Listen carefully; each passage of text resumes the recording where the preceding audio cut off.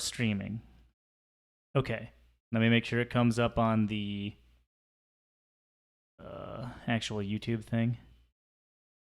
It says starting. Let's see. You are live. All right. Cool. Oh, perfect. Neat. Okay. Looks like I'm only in the yellow, though, for my stream health. I don't know what that means. Does Okay. that mean like internet speed or something? I don't know, honestly. It's one of those things, that's why this is a test. But, okay, I'll give, like, the normal kind of thing here. We'll see, give it a few moments to see if the stream health improves at all, which I don't know how any of that works, but we're about to find out. Uh, sure. Thing. Okay, cool. No, go away, thing. Go away, thing. Go away. Go away. Get out of my house. Go on, go. All right, let's see. Okay, it's up. It is currently up. Where do I see my comments and stuff? Oh, there they are, I guess. Okay. Yeah, see how professional this is? Just like on air being like, "Hold on. How do I win?" Dude, What? I'm watching the live channel and it's just like an echo, but like 5 second delay. Really? Okay. So let's see. It's an echo 5-second delay kind of thing. Well, no, it's just like a delay time. Well, that's always going to happen. We're going to be like 30 seconds apart. Or not us, but we're going to be 30 seconds from the stream itself. Man, hearing my own voice is weird. I don't like that. Yeah, tell me about it. I have to do it all the time. Okay. So let's make sure that this is up and working, which I guess it is. So we'll go ahead and see if I can switch to my screen now. Okay, cool. Perfect. Yeah, we are live right now. Just making sure the kinks are all kind of ironed out. And good, perfect. Okay, I can see it right now. Awesome. All right. So, nobody's going to be seeing this in real time, I don't think. But if you are, welcome to the Q&A, the 1,000 subscriber Q&A that I said I was going to do 5 months ago. But better late than never, am I right? Am I right? So here we go. I'm joined right now with my good friend Matt, and he is going to help me read off a list of questions that a bunch of people have left. And by a bunch of people, I mean literally like two, including him. So come on, guys, give me something. Anyway, I posted the Q&A on the Instagram and the Facebook page, both of which you should follow if you're watching this, and also any other social media. I don't really use Twitter. I should. Like, I 100% should use Twitter, but I don't know how. So we'll see how that goes. Anyway, so the Q&A, most of it was left by a good fan, David. Shout out to him because he's been very supportive and all that. So if you get around to seeing this, David, thanks. This one's for you, buddy. All right, Matt, what do we got for the questions there? Okay, so the first one is if you had a chance to move anywhere, where would it be? If I had the chance to move anywhere, I would 100% move to Japan. I'm one of Well, those. What? Go ahead. I was going to follow up as why. Oh, okay. Um, well, for one, I'm like a huge weeb. Um, not really, but I liked a lot of the animus growing up and all that stuff. And we play video games, so that's just a given. Um, so apart from that, I also like love the culture and all that. Like typical weeb stuff. I don't think it really needs much more of an explanation than that. What about you though? Where would you move to? Ooh, that's a tough one. I didn't know that we were going to ask me too. But I have a, I don't know. I think mm, maybe like Norway or something like that because I Ooh, like the cold weather and like hiking around. yeah. I met someone from Norway in particular, and he told me that whale tastes like liver because they like can still eat whale apparently. That doesn't seem very appealing. I've had liver. It's not like great. Maybe it's like the way you cook it though. I don't know. Yeah, I wouldn't know. I literally never had it. And I always had like the stigma that it was supposedly bad or whatever from Doug. Remember that liver and onions? Oh yeah. Oh Yeah, my gosh. That right. brings me back. Exactly. So we'll see. All right, maybe one day. I've been trying a lot of stuff lately. By the way, I've been trying a lot of interesting foods lately, which I think is going to be coming up in one of the questions or some point. But I'll get to that when we get to it. So, well, what else we got? Oh, well, it just so happens, what is your favorite food and or drink? Or probably both, food and drink. Let's do that. Okay, what is my favorite food and or drink? Yeah.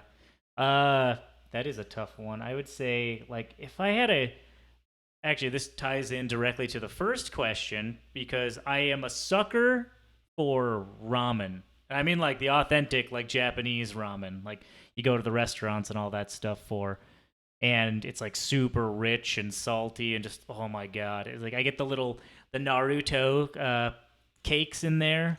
Oh yeah, little fish cake things. Yeah, oh my god. And I'd learned that the little like swirl in them was because of the whirlpools, I guess, where they catch those types of fish or whatever. And I was like, oh, that's cool. Huh. I Yeah, didn't know that. yeah, right. Um, there's a couple of decent places around where I am, but just like nothing like what Seattle had. Seattle had some damn good Oh ramen. yeah. Like, oh, I was the first time I had like actual ramen was I was in Seattle and we had just gone to this bar called Shorty's.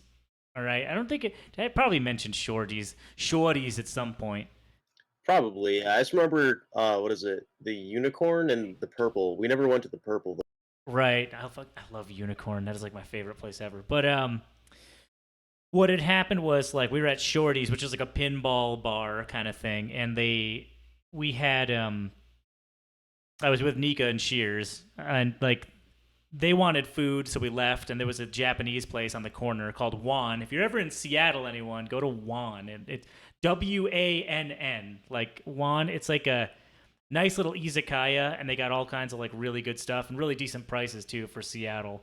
Because if you didn't know, Seattle's really expensive. So I go into this place, and I'll admit I had had a little bit too much to drink, and I went up to the bar and I told the bartender I said like give me a cosmopolitan, and he's just like okay, and I'm like yeah, like and you better make it right, and he's just like okay, I think I can make it right. So he starts like mixing it and all that stuff, and I don't remember this too well. I mean I vaguely remember the details, but like I was told that I was just like glaring at the guy from across the room like while he was making the drink, Oh my and, gosh. and and then like he comes over and gives me it, and like I drink it and all that stuff, and I'm like, okay, cool, that was pretty good. And I ended up becoming pretty good friends with that guy for like a couple years, and he told me like straight up, he said, like no joke, I've been bartending for like like a ton of years, and I've never felt more nervous than making that cosmopolitan while you were staring at me from across the room. Oh my god. Yeah, so that was something. But yeah, I'm a sucker for ramen. Um, I could literally go for it every day if my heart would allow it. Yeah. It's just like literally like sodium, like in soup form. Um, What's your favorite ramen? I mean, there's so many kinds, ooh, right? ooh, I think yeah, no, that's a good question. I think my favorite ramen would probably have to be. I like those like Tokyo ramens where it's kind of like that. It's like a kind of like a chicken or fish based kind of broth, so it's lighter. It's not as like thick and like creamy as like the tonkatsu broths and all that. Yeah. So I think I like those ones. I've been getting behind. They got a nice like kind of peppery, like salty taste to them. I like those. Yeah, they usually have like a bunch of random stuff on top too. Oh Like if you yeah, get like a tonkatsu, you just get like some pork, and that's like kind of right. Yeah, exactly. Mm. favorite drink, dude. Oh, We're only actually, halfway through.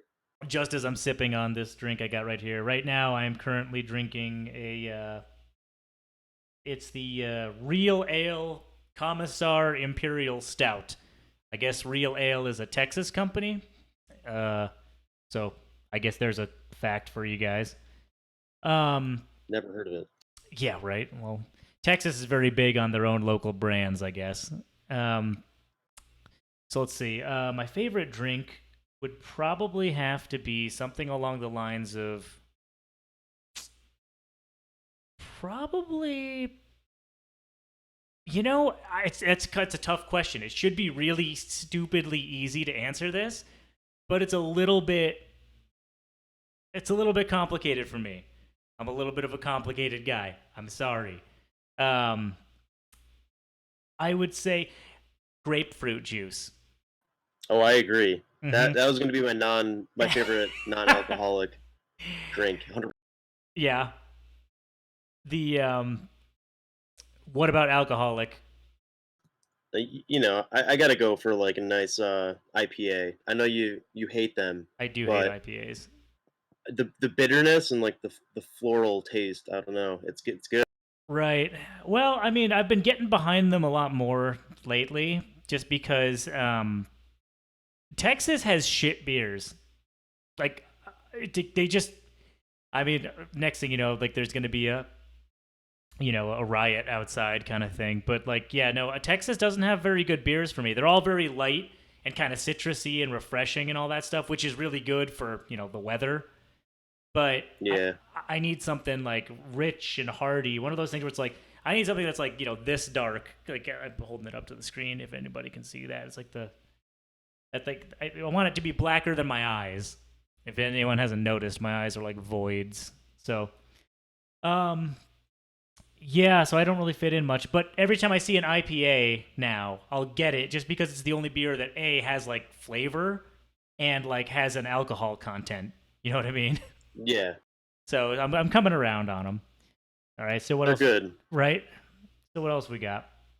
Next one. Do you believe in cryptids? That's kind of a broad question, I guess. But do you?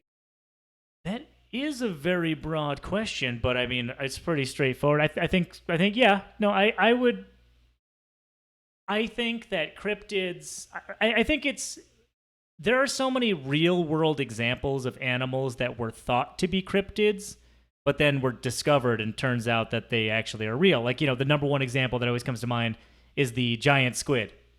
For the longest, Yeah. yeah. It's like for the longest time that was a mythological creature.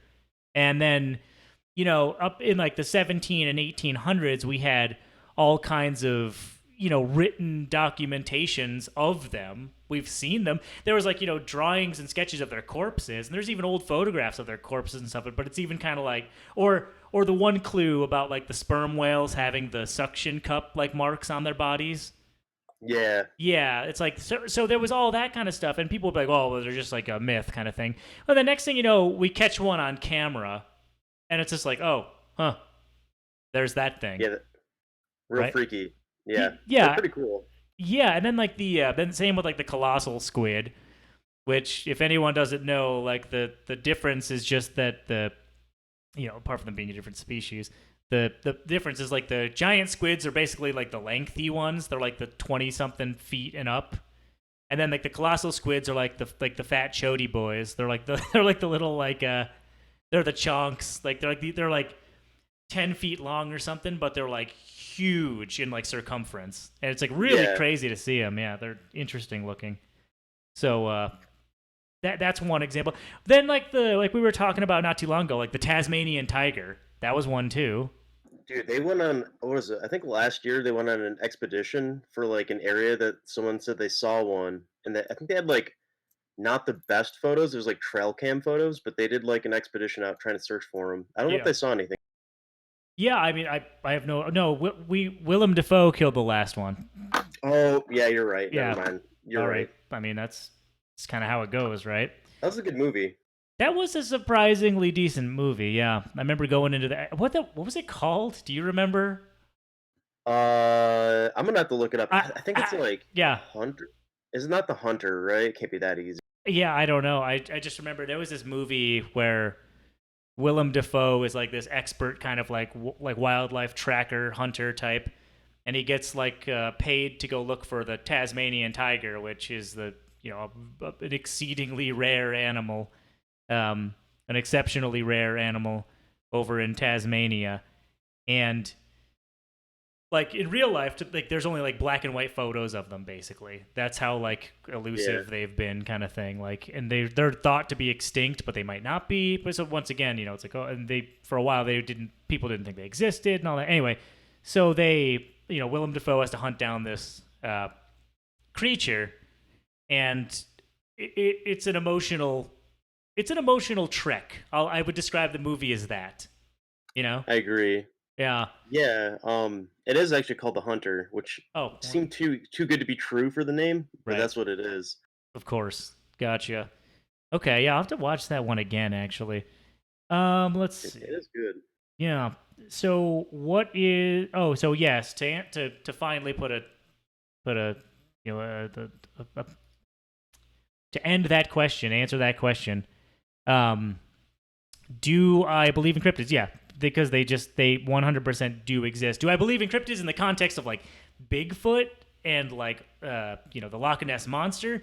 Yes, but that's a little bit more convoluted of an explanation as to why. But technically, that's what we're here for. So I'm gonna have to just give it a little bit of a summary. Um, Speaking of that thing, the what's that? Bigfoot thing, you Bigfoot. see that video from like Alabama, the hunter that like sees, I don't know what the hell it is, basically swamp Bigfoot. Oh, the one where it's kind of like wading through the water. It's like crouching down for a while, and it stands up and looks at him, and he takes off running. Oof. No, I don't think I even saw that one. It's I think newer. I don't know. Anyways, I saw it, and the thing that always blows my mind is like the guy sees it. It's like every time sees it, runs away. Like Well, I mean, I don't get that. well, see, therein lies a really tricky kind of like situation because it's one of those situations where not many people have ever been in the presence of an actual dangerous animal. Like people might have been in like a precarious situation at some point in their lives, but it's a very rare instance where you're confronted with an animal that could kill you in a second and you're not in like a contained area. You're, in the wild kind of thing. Yeah, So a lot of the times you'll hear stories about like people going frozen, or people going like kind of like feeling sick to their stomach or something like that, like they're kind of like they can't really move, the adrenaline takes over and you're just gonna like crap your pants basically. um like for example, a buddy of mine, his grandpa was riding horses, and he, I guess according to the story, his grandpa like suddenly got kind of like a chill a little bit, and then kind of like felt like exactly that, kind of sick to his stomach, and then kind of looked around, and then he realized there was like a mountain lion that was kind of like creeping up on him and the horse.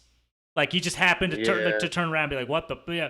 So he just shot at the ground, and the thing ran away. But I feel like if you were to encounter something that quite literally, for all intents and purposes, kind of breaks outside the realm of what you thought possible, as in, like, it's one thing to see a grizzly bear, but it's another thing to see something that you were told doesn't exist for your entire life. Like, and to see that thing notice you, to like lock eyes with you, I really feel like it's hard to put myself in that situation and say, well, I would just stand there and pull out my camera and take a picture, bruh. It's Yeah, like, that's what it confuses the fuck out of me. Like he stand like for like a minute, he's just filming this thing, and then when it stands up and looks at him, then he takes off. I'm like, all right, I don't really buy it. I guess. yeah, no, yeah, I get that. It's one of those things where it's like, if you were there, you think you would have kind of tried to make your getaway a little sooner, I guess. Yeah, Yeah, it's like, why does it always like have to be like the moment something like that happens? I don't know. Maybe it's kind of like maybe it's one of those situations where like you kind of snap back to reality once you realize it sees you. I guess. Yeah, but Yeah. like if you're hunting, like you're not Hmm. hunting with like a 22. I mean, I don't know what season it was in Alabama or whatever, but assuming you have like a rifle or a shotgun.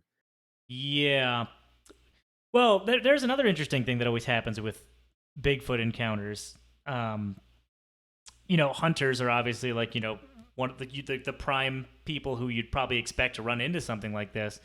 But I've heard firsthand accounts from actual hunters who, one of them in particular was the grandma or grandpa of a girl that my friend was dating at the time.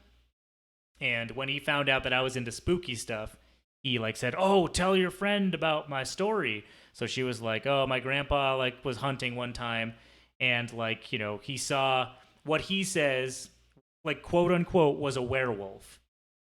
And of course, I'm like, "The fuck are you talking about, man? Like what? Like what? Like?" But apparently, he tells people that he saw a werewolf because he was like he thought that people would call him crazy if he said it was Bigfoot. But according to him, it was, for all intents and purposes, some type of like bipedal, like ape like creature in the woods. But like ever since then, first of all, he never went hunting again. That was what was really interesting about that story to me. He never went hunting again because it scared him that badly. And two, from that day forward, he had to tell people it was a werewolf because otherwise people would laugh at him. But they wouldn't laugh at the idea of a werewolf and him stopping hunting because of it, which is really interesting about how the psychology of mockery works with this kind of stuff. I don't know. Yeah. But there's also the interesting thing about when people always say, well, if you see something, why didn't you take a picture of it? And the thing is like, there are people like me who aren't photographically inclined. Like, I can remember something very, very detailed, like, with my, just, in my memory. And I don't really think to take pictures of things. Like, so a huge thing that happens between me and my girlfriend is like, I'll be walking along the street and I'll say, "Oh, hey, I saw a really cool looking caterpillar today." And she'll be like, "Oh, what did it look like?" I'm like, "Oh, it was kind of like, green and had these orange spots and stuff." And she's like, "Well, why didn't you take a picture?"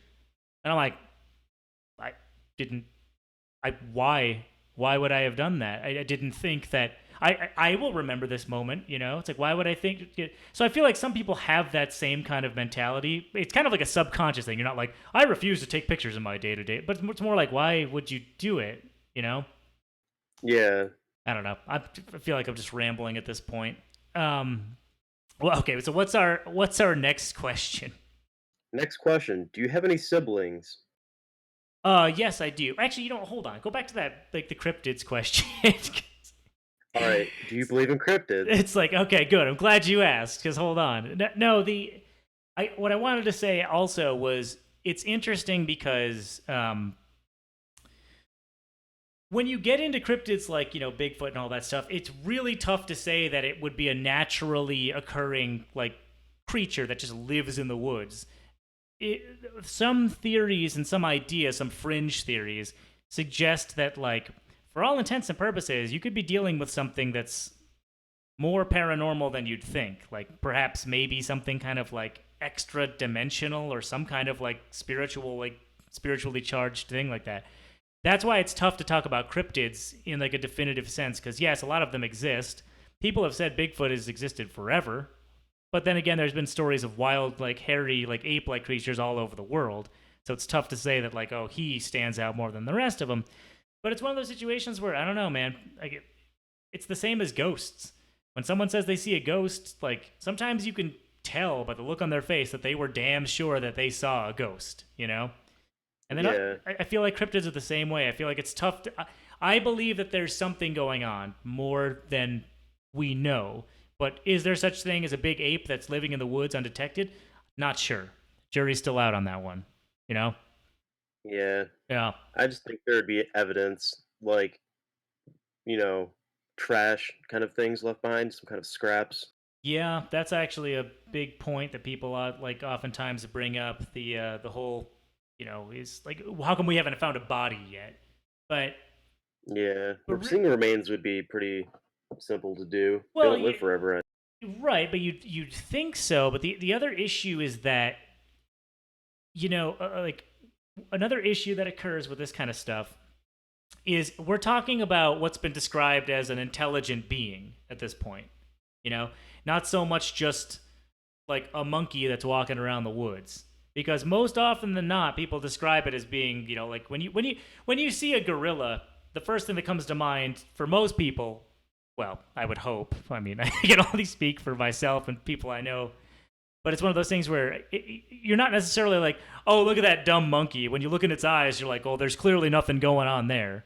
No, you can tell that there's some semblance of like, thought and emotion kind of going on. Yeah. It's like with something of that kind of intelligence, they might dispose of their dead. Like It's possible. yeah, like look at like elephants. Like elephants, you know, they're afraid of seeing their own bodies, so they'll like avoid them, or they'll go or supposedly, and you have to fact check this one. Supposedly they leave like the herds to go die to not disturb the other ones. So it's one of those things where, and that's where you get the concept of like the elephant graveyard, you know, where there's like they go to a communal kind of place.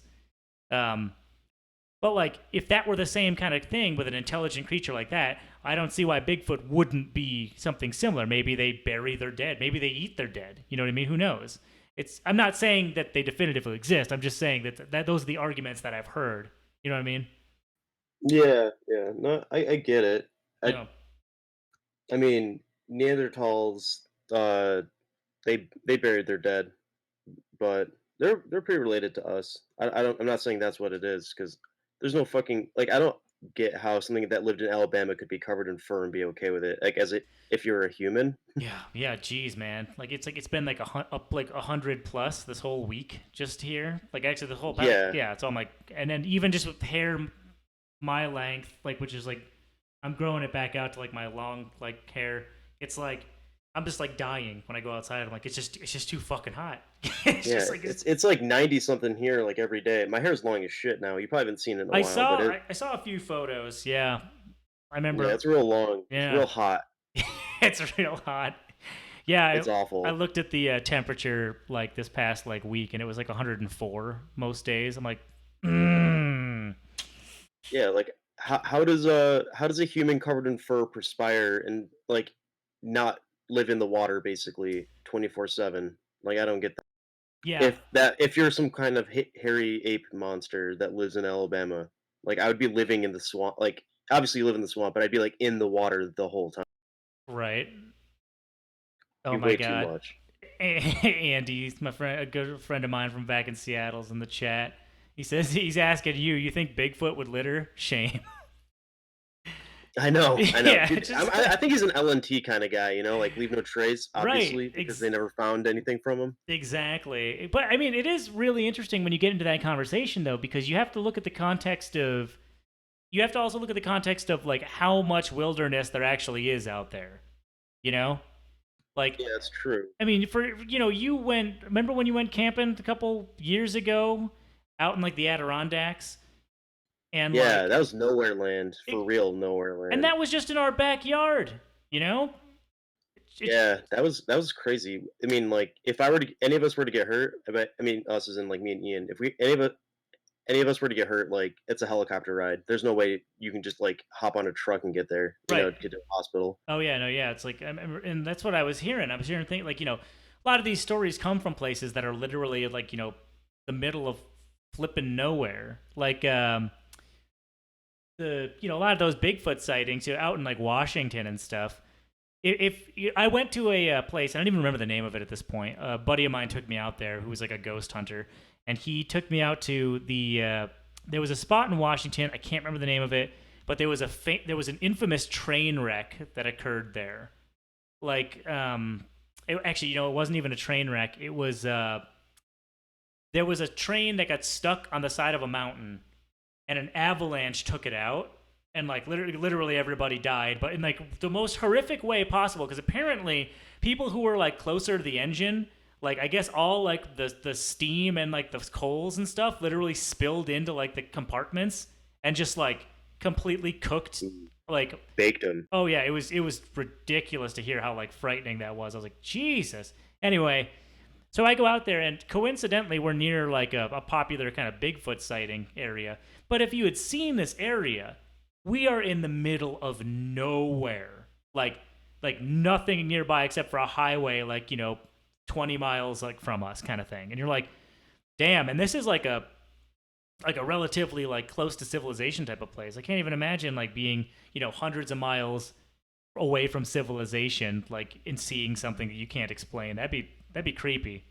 That would be. But why was he filming it on his phone? Sorry to go keep going back, because like Just I was hiking around here, or, in upstate New York, and like yeah. I'm walking some trails. I turn a corner. There's two black bears. I mean, like they ran off, but like my instinct wasn't, oh, better get my phone out. It's like, holy shit, I need to like get my gun out. Yeah, well, yeah, well, then again, 40 slow and wimpy is not going to stop anything. Yeah, it's It's true. just gonna, it's just gonna make it mad. It's just, um, yeah, no, that's another interesting thing of like talking about like I would. Oh, I'll get to that when we get to the other questions. Okay, we'll keep moving because Yeah, yeah, getting yeah. so All right, derailed. siblings, go. Yes, I've got two brothers and a sister. It's about all I can say on that, really. But I'm like I'm the weird one. So, you know, obviously, because I do my channel and all that stuff. But yeah, what's the next one? What kind of music do you like? What kind of music do I like?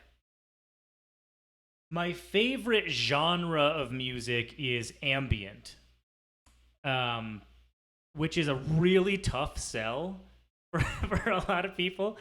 Um, the more like droning kind of notes and all that stuff you get, like the more I like, I'm all about that kind of thing. Um, like it gets weird. Honestly, it gets to the point where there's like levels beyond ambient where you start to get into these things called field recordings, and like essentially it's just like soundscapes with no real like melody or any kind of like harmonies, no real like musical intricacies that are noticeable unless you're somewhat familiar with the genres. So like I honestly equivocate it to I make this statement. Oop, I hit my mic. I make this statement and I stand by it. I think like high end kind of ambient is the equivalent. It's the same intricacy and like artistic expression as jazz, or like metal, or like classical. The types that actually like require a bit of knowledge about like music to do. I feel like ambient is in that category, and I could make an argument for it. I probably will on a video of one day, like the. But yeah, that's primarily what I listen to, like ambient and stuff like that. In fact, Interesting. listen to my thing I just posted. If you guys are watching this, listen to the thing I just posted. That's kind of like more. That's a little bit more palatable, but it's the kind of stuff I like. Anyway, Is it like less is more with the sounds? Like you get to appreciate them more because they're like you're not overwhelmed with like all this other. that is definitely like one way to like look at it. I yes, I would say that that's like on the right track kind of thing. Like, Cool. yeah. What kind of music do you listen to nowadays, anyway? Because I don't even like. Oh man, Yeah. still 80s music all the time. I don't know why. I love it. Oh hell yeah. It's just so different than everything else. Well, that's just because like we talking like 80s is in like we talking like just like this like you got the Vice City soundtrack going. Um, that's like yeah, new wave. New wave's good. Yeah, like I get behind that. I don't know. It's just like they did some weird like stuff with sounds that like before and really after like not like those decades didn't really hit on them. Yeah. No, I know what you mean. Well, that was like the whole thing with like new wave in general. Like it was like the. Yeah, I mean, if you want a good example, listen to "Mama" by Genesis, and you'll be like, "What the fuck is Ooh. happening?" And you probably should watch the music video for it too, because he's like, Phil Collins is like in like a hotel area, like just sweating his ass off and smoking cigarettes. It's really fucking weird. Wow. That is It's good. It's a weird, weird song. Phil Collins. Their earlier work was a bit too new wave for my taste. Too or no, it was like their first That's like Huey Lewis. their Genesis work was a bit too like artistic, intellectual. Like Dude, I don't know. That song like stands out to me. Like a lot of shit Phil Collins did is just fucking weird, but oh well, yeah, for sure. Not to mention he was the first like drummer that I had ever seen who did like all like the vocal stuff, and I was like, huh, okay. yeah, that's also kind of I weird was too. like, that's interesting. Hold on, I'm sharing the link to the live stream on the on my social media. I doubt anybody will see it because nobody seems to see my social media posts. Which, by the way, if you're watching this, someone besides Andy, like, it's like you make sure you follow the social media. That is the Twitter, Instagram, and all that other stuff. And people have told me in the past, they say, like, well, you don't like keep up with it. I'm like, well, I don't keep up with it because no one follows me. Why would I keep up with it if no one sees it? You know what I mean? Like, Yeah, yeah. but it's just the nature of the social media beast. You gotta just do it. I don't know. Anyway, okay, so those are shared to the social media. Let me make sure this is still pulled up.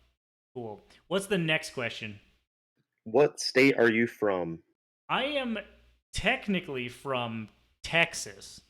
I was born in Houston, Texas, and then my family moved to New York, and then I lived in New York for my whole life. Well, that's how I met. That's how I met Matt here. Yeah. Oh yeah, third grade. Oh yeah, that was an interesting time. It We was both went to a Catholic school, so it's really interesting to see how like that shapes people's interests and stuff. It a lot. Yeah, was that I was gonna say a lot of us, or not us, but like a lot of those kids that went there, like they ended up like doing not so hot, and then I think they're all okay now. Like these, a bunch of them got into like bad drugs. Yeah, well, that's kind of like the small town, effect also. That's true. The For me it was interesting because, going to like a religion with having like a religious education just kind of made more questions than I think they wanted to create. Yeah, It's just like I remember like I'm like, for anybody who follows my channel or watches my channel, like because it's a question that I get like every now and again, which isn't on this list, but I'll answer it right now because we're on this topic. Like, am I like religious or spiritual? No, not really. But I like religions and spirituality because it kind of goes hand in hand with what I do on this channel. Like, to read about a ghost story, you got to learn about the history of the area and the history of the culture and what their beliefs are, and like, a lot of the mythology surrounding certain areas. So I find that stuff really interesting, but I don't follow any kind of spiritual like doctrines or anything like that. I would consider myself an armchair occultist. Like I just like to read about all that shit.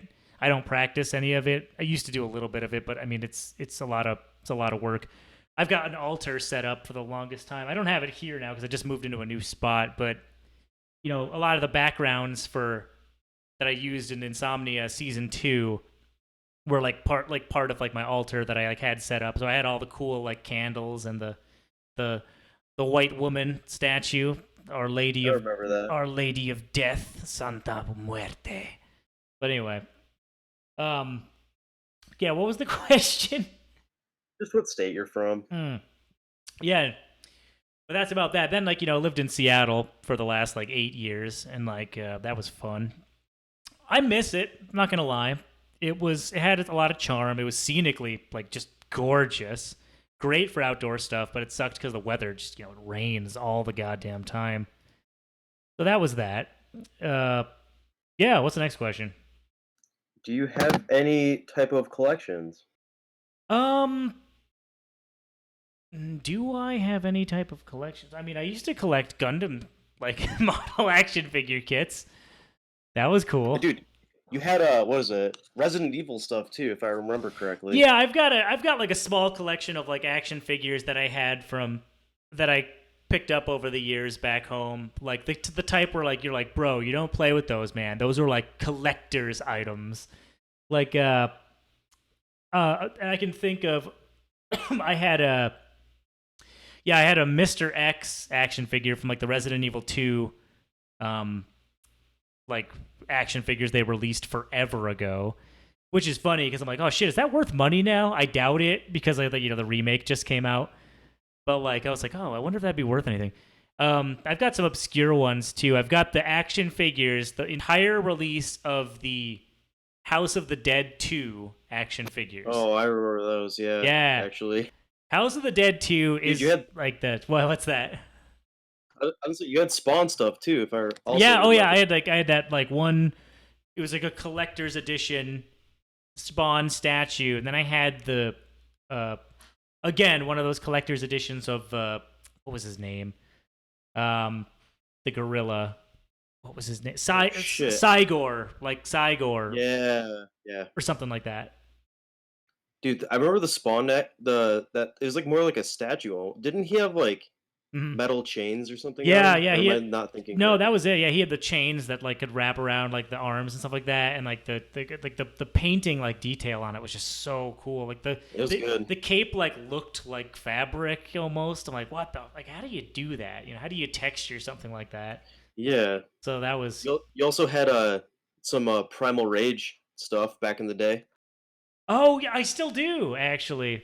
Oh, hold on. In the chat, Nathan says, "Love your YouTube ghost videos." Thank you, Nathan, and thanks for stopping by. Yeah, stick around for more of them. I'm just dragging my feet right now. It's just, but part of it's because I just moved into a new apartment, so it's all things are all still kind of settling in, which is my biggest curse as a content creator is I don't have consistency as much as I would like to, but you know, I'm trying to get better at it. So thank you, and stick around. You know, definitely. We're just kind of chatting and all that. You got any questions? Let us know.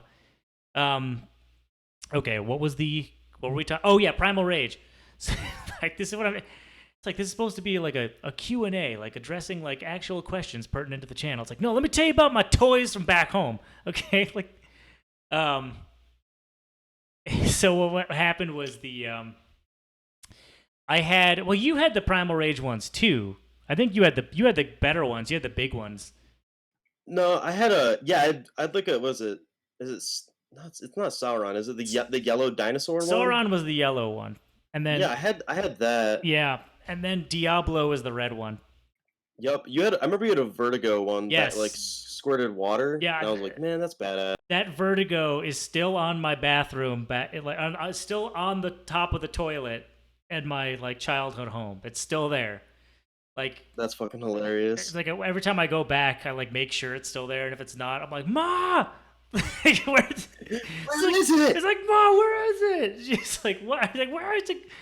But yeah, You know what? you know what you did. There's that. Oh, the other one, I also got a really obscure one. I've got one of the bosses named Gogandantis from Onimusha 2, Samurai Destiny, which I loved Onimusha and Onimusha 2, which they remade or they gave Onimusha like an HD re-release. I have yet to play it. I've been meaning to. They haven't done anything for Onimusha 2 though. 2 was awesome because like it just I felt like just kind of improved the gameplay all around. But there was one boss in particular, Gogandantis, who was like this guy who just kept showing up. Like you fight him like 3 times, and every time he shows up, he just like ruins you. Um, and then the final, like the last time you kill him, and it's like super like dramatic and like epic, and I'm like, okay, yeah, I'm all about that. And then I was walking through the mall one day, and I like saw an action figure of him of all things. I'm like, oh shit, I'm getting that. And that remember like back when like KB Toys had all those like really cool action figures for like $3.99 and shit. Yeah, I do. Yeah, it's like what? Okay, hell yeah, I'm buying like 12 things while I'm here. You know, it's like it's like God. Oh, dude. Also, collection worthy. You get a lot of movies also. Oh yeah, yeah, yeah. That's the. I'm surprised that didn't make. I don't think that's on the list, like movies or anything. Yeah. It isn't, but let's dive in now that I Yeah, thought about yeah. Let's. So naturally, if anyone could guess, I love horror movies. You know, that's might come as a surprise to a lot of people, but yeah, horror movies. In fact, watch my show Eulogy, where I do like in-depth kind of like horror movie analysis. I'm working on a new one right now. It's a bit overwhelming because like it's if you look at the eulogies, you'll see that they gradually increase in time. Like if I have my page right here, I'm gonna see this. Let's see. I've got my channel right here. It's like so the first eulogy, which was based on John Carpenter's Cigarette Burns, which was actually a great little horror short, is 28 minutes long. And then the second one's 44 minutes long. And then the Godzilla one's 35 minutes long. And then the Strangers one I have is 52 minutes. So they're gradually just increasing. This next which one, Godzilla. Shin Godzilla, the remake. That's the one you sent me, dude. I watched that in an airport when my flight got like destroyed. I guess. Exactly. I just remember like it as it evolved, like the first form of it just looked like that chicken you squeeze and it makes that really loud sound. Yeah, yeah. No, that's hilarious. That's what it looked like a bit. I talked about that in like you know, in the video and all that stuff. It's so funny because it's like I don't expect anybody I know to actually watch the stuff I do, but it's one of those things where in that in particular, the point of that video was I'm making a case for why it's doing horror really, really well in a lot of places. Like better than most people would expect from a movie like that. Because as much as everyone knows Godzilla is like a cultural icon, they don't really understand the gravity of the movies themselves. You know, yeah, sure, they ended up eventually being just Godzilla fighting a bunch of monsters because it's entertaining, you know. But, you know, let's not forget that literally in the beginning, it was a commentary on, you know, nuclear weapons and their ability to destroy, you know, entire nations, right? Yeah. It's like so, you know, Shin Godzilla does such a good job at recapturing those old kind of, you know, fears and like giving it a modern context. Like that's why I was saying, like, tell me that shit. I even say this in the video. You know, tell me that shit wasn't powerful as hell when like the Japanese government is forced to be like, we're gonna have to use nuclear weapons, and they're all like, "Are you fucking serious?" Like Yeah. again. It's just like, you know, it's like yeah. I'm like, that was emotional. That was hard hitting. So I'm like, Dude, that ending too was yeah. crazy. Oh God, right? Yeah. So much shit going on with that. Um, but let's be real. It all pales in comparison to the American remake, the Matthew Broderick one. I was gonna bring that up. God damn it. I was gonna like transition into that. You know, you had you told me.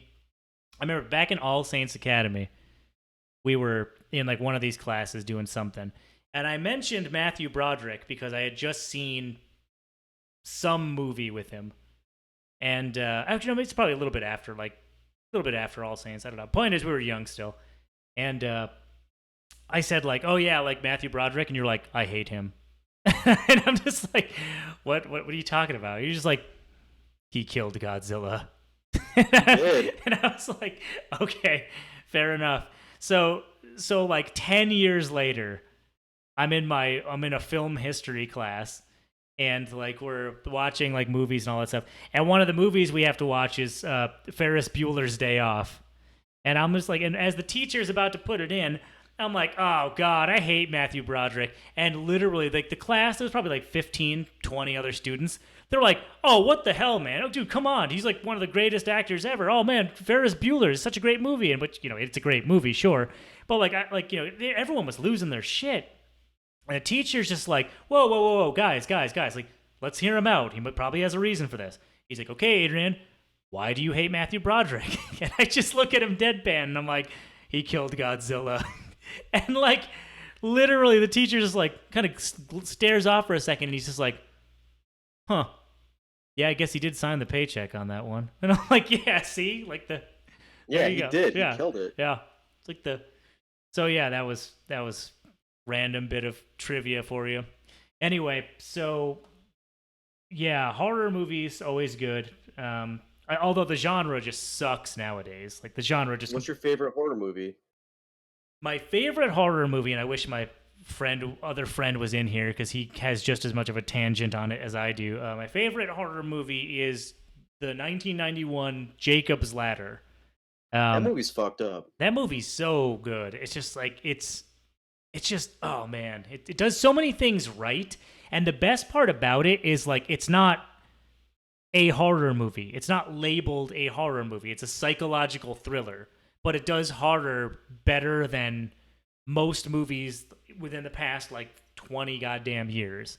Like Yeah. it's just so, you know, for those of you who don't know, and if you're gonna like watch this, it's one of those situations where it's one of the number one inspirations for Silent Hill. So, you know, take that as you will. There's some pretty like graphic and crazy looking imagery and like just total abstract stuff that you're like don't even have time to process because so much is going on.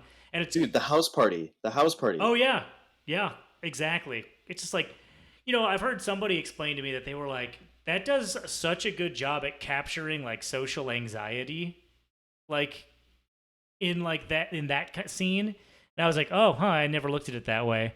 Yeah, like like being like really uncomfortable in like a kind of claustrophobic like social environment. I was like, huh, I could see that. You know, I mean, Yeah, I can't imagine being like stabbed with a little spiky lizard tail thing right between the legs, but you know, that's you know, I guess I manage my anxiety well. yeah. I mean, that doesn't happen to most, but I think you can take medicine to stop that from happening. Right, yeah, something like that. What do you what's your favorite? You got a favorite? It's got to be the thing, you know. It's got to be the Oh, thing. yeah. Yep. God, that's yeah. Yeah. I just liked it a lot because, like, I mean, first watch, you just don't know who's real and who's not. It was like a good guessing game. Like the whole time, you're like, is it him? He's doing something weird, and you're like really trying to like figure it out along with Oh the yeah. main character. It's pretty sweet. Yeah. No, that's like yeah, that one just speaks volumes. It's just it's so and not to mention like practical effects, which most of them, you know, they completely hold up today. You know, it's just like things just like they just looked so visceral and like just And horrifying. awful. Yeah. Yeah. And then it like And th- what's that? Go on.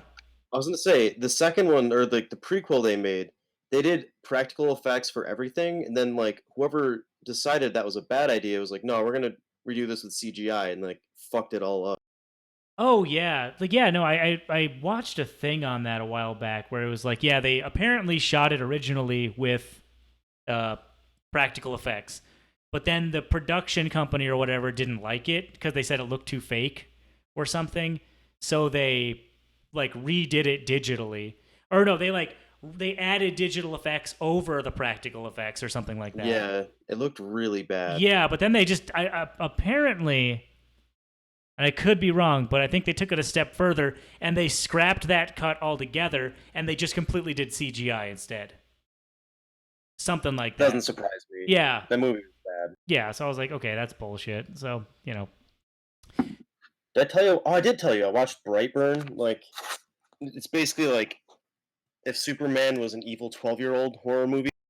Yeah, weren't. Oh, no, I was talking about that with Posh and Nikki Bugs. Yeah, because Nick said something very similar. He was just like, it's really cool. It's like, what if Superman came to Earth and was bad? And like, there was just kind of just a silence. And Posh is like, isn't that like Doomsday?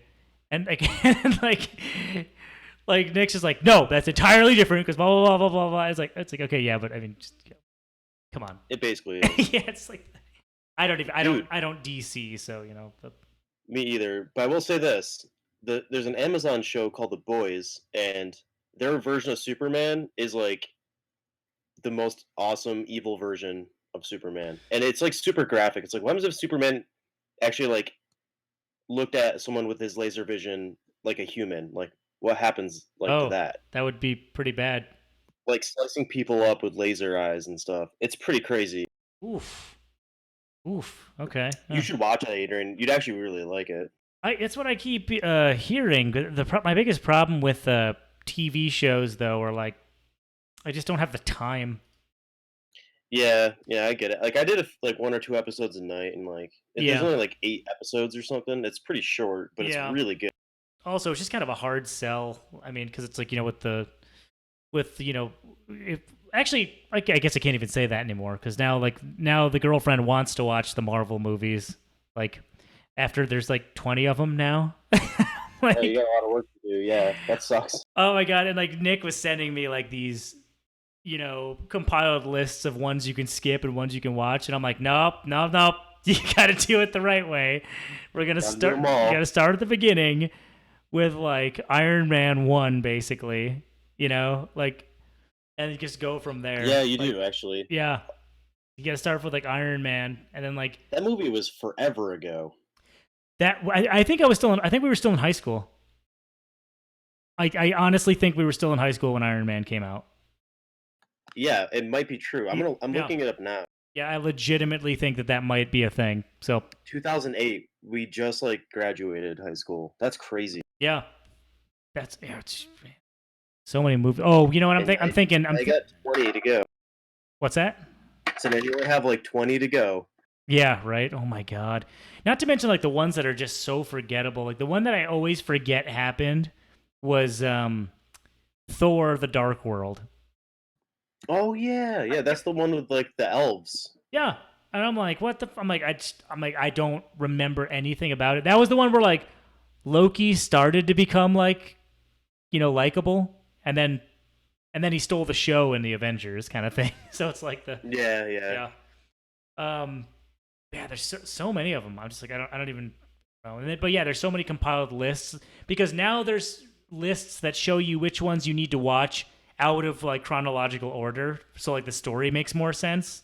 And I'm like, oh Jesus Yeah, I was Christ. gonna ask that too. I was like, do you watch it like like our Yeah, chronology of time or like theirs? Because yeah, like if you started with theirs, it's like I don't know, fucking like Captain Marvel or something. I think because that's like in the '90s.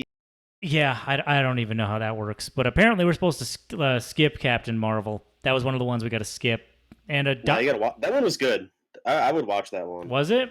I was told that It was and good. like Doctor Strange and like Ant You don't Man skip Doctor Strange, dude. That Doctor Strange is visually awesome. That is a very good movie. was Benedict Cumberbatch a good Doctor Strange? He was, yeah. He was like a complete prick in the beginning. Is like what that's like what you want from like a top surgeon in New York City. You're like you expect him to be like an elitist asshole. He does that good. Right. I oh wait, he was in Thor Ragnarok, so I did see him as Doctor Strange. Dude, you watched Ragnarok? That Yeah. movie. I was gonna suggest that. Oh. I mean, was Oh. it Jeff Goldblum is Oh so well, good. yeah, yeah. It's like the which by the way, God, we're getting so off topic. By the way, um speaking of like the Jeff Goldblum, do you see it? Do you love how? Don't you love how they like completely swindled everybody with the marketing for Jurassic World, like Lost Kingdom or whatever? Yeah, Because it's like I didn't even see the movie, but I was told firsthand, like by people I know who went to see it, they were just like, he was in it for like 2 minutes. yeah. He's Like, in the beginning. He's just like I think he's like trying to appeal to Congress or something yeah, about not saving this island that was gonna, I guess, like basically die due to volcanic eruption. right. Oh, Yeah, that's it. Andy's saying that yeah, like the early ones are boring. Doctor Strange is good, and it's Hubert Cumberbatch. That's what his name is. Yeah, Hubert. Okay, yeah, yeah. Hubert We got it wrong. Hubert Cumberbatch. Mm. Okay, but let's move on Oh, because oh, right, I right. think we're about halfway done with these questions. Oh, geez. Okay, hold on. Oh, hey, look, it's Call of the Asians. What's up, brah? Bruh. What's up? How's it going, man? We're just doing. I'm testing the YouTube live streaming in the podcast format to see how it holds up, and we're currently doing the Q&A that I promised to do 5 something months ago. So, welcome. If you got any questions, leave them in the chat, and I'll be sure to like answer them. And that goes for anybody else who has questions. Just leave them in the chat, and then we'll go from there. Wait, since he just arrived though, shouldn't we go back through them all? So he Yeah, doesn't miss actually, you anything? know what? I want to get him caught up, so we'll start. Yeah. Let's just start over. Yeah, it's just like, you know what? Okay, all right. What's the next question? This next question, I don't know who wrote it, but I know the answer to this, and it's: do you play an instrument? Oh, yes, yes, I do. Um, How many? well, I mean, it's like nowadays, like not many, but I mean before, yeah. It's like so I was I've always been in music. I played piano growing up and all that stuff.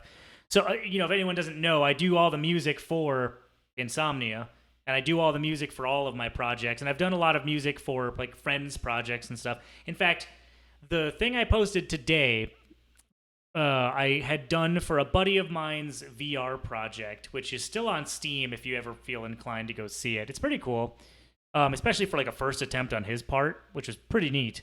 He made a whole, 3D environment and stuff that you can look around. And he's like, I need a soundtrack. Can you do it? And I'm like, yes. He's like, okay, I need like space. Can you do it? And I'm like, yeah. He's like, okay, like, can you have it to me in an hour? And I'm like, what? Done. And I'm like, okay. No, it wasn't like that, but he's very much so like he asks me to do stuff basically right when he's about to press like publish, he's like, hey, can you get this to me like now? I'm like, oh god.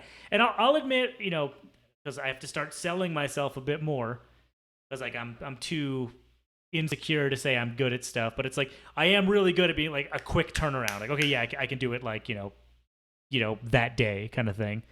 So I wrote him that piece, and normally he's very critical of the stuff I send him, even though he asked me to do it like an hour in advance. He's just like, hey, can you like change it? And I'm like, what do you mean change it? He's like, I just want it to be like different, I'm like, sure. Like, how do I make it different? He's like, yeah, just do something else with the music. I'm like, oh, okay. I think I got you. So next thing you know, I write him something else, and he's like, "Oh, perfect, you got it." And I'm like, "Yeah, I can."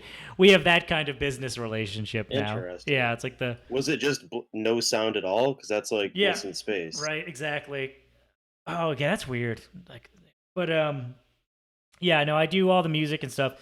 So I play. For a while, I was, learning as many instruments as possible, and I still have a bunch of them. They're not here in the frame, so I can't show them to you, but. I play a keyboard, guitar. I've got a sitar that I play, a Persian tanbur, which is like a old school Persian instrument. I have a hurdy-gurdy, which is like a medieval, like kind of like an organ grinder. Like the hand crank thing. Yeah, right? yeah. It sounds like a mechanical bagpipe and a violin put together. It's like it's a really interesting kind of sound. I had that made for me from a guy from. Who lived in Oregon, who was brilliant like luthier. Oh, by the way, if I keep like stretching on camera, it's like this chair is very uncomfortable to sit in for like prolonged amounts of time. So I'm just like constantly like cracking my neck, like, oh, okay. But yeah, I do all that stuff. Play mandolin. What else? I never did any of the bowed instruments like violin and cello. Those were always too tough. But my favorite instrument is the pipe organ, and a lot of people are like, "What, really?" I'm like, "Yeah, that's my favorite instrument. It is the most beautiful sounding and versatile to me. I love how it can go from like really, really kind of like calm and serene and like kind of comforting and ethereal to like strikes the fear of God into you. You hear like the like that kind of stuff. I like that. I like how it can be angelic and infernal at the same time, Yeah, they're easy to make too. First, you like build it, and then second, first you have to build the building for it, right? And then you have to build the pipe organ. Again, basically, yeah. There's a lot of interesting stuff. I played one for the longest time at that one church back in Corning, that brick one on First Ave, the big. Oh yeah. The reverend there let me play the pipe organ like 3 days a week before I went up to Corning Community College, to do like classes.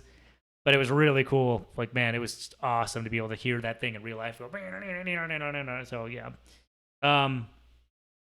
Other than that, right now I just focus on like kind of neo-classical composition. Like I do like film score kind of stuff. Like I post all the fucking go watch all the things I post. People.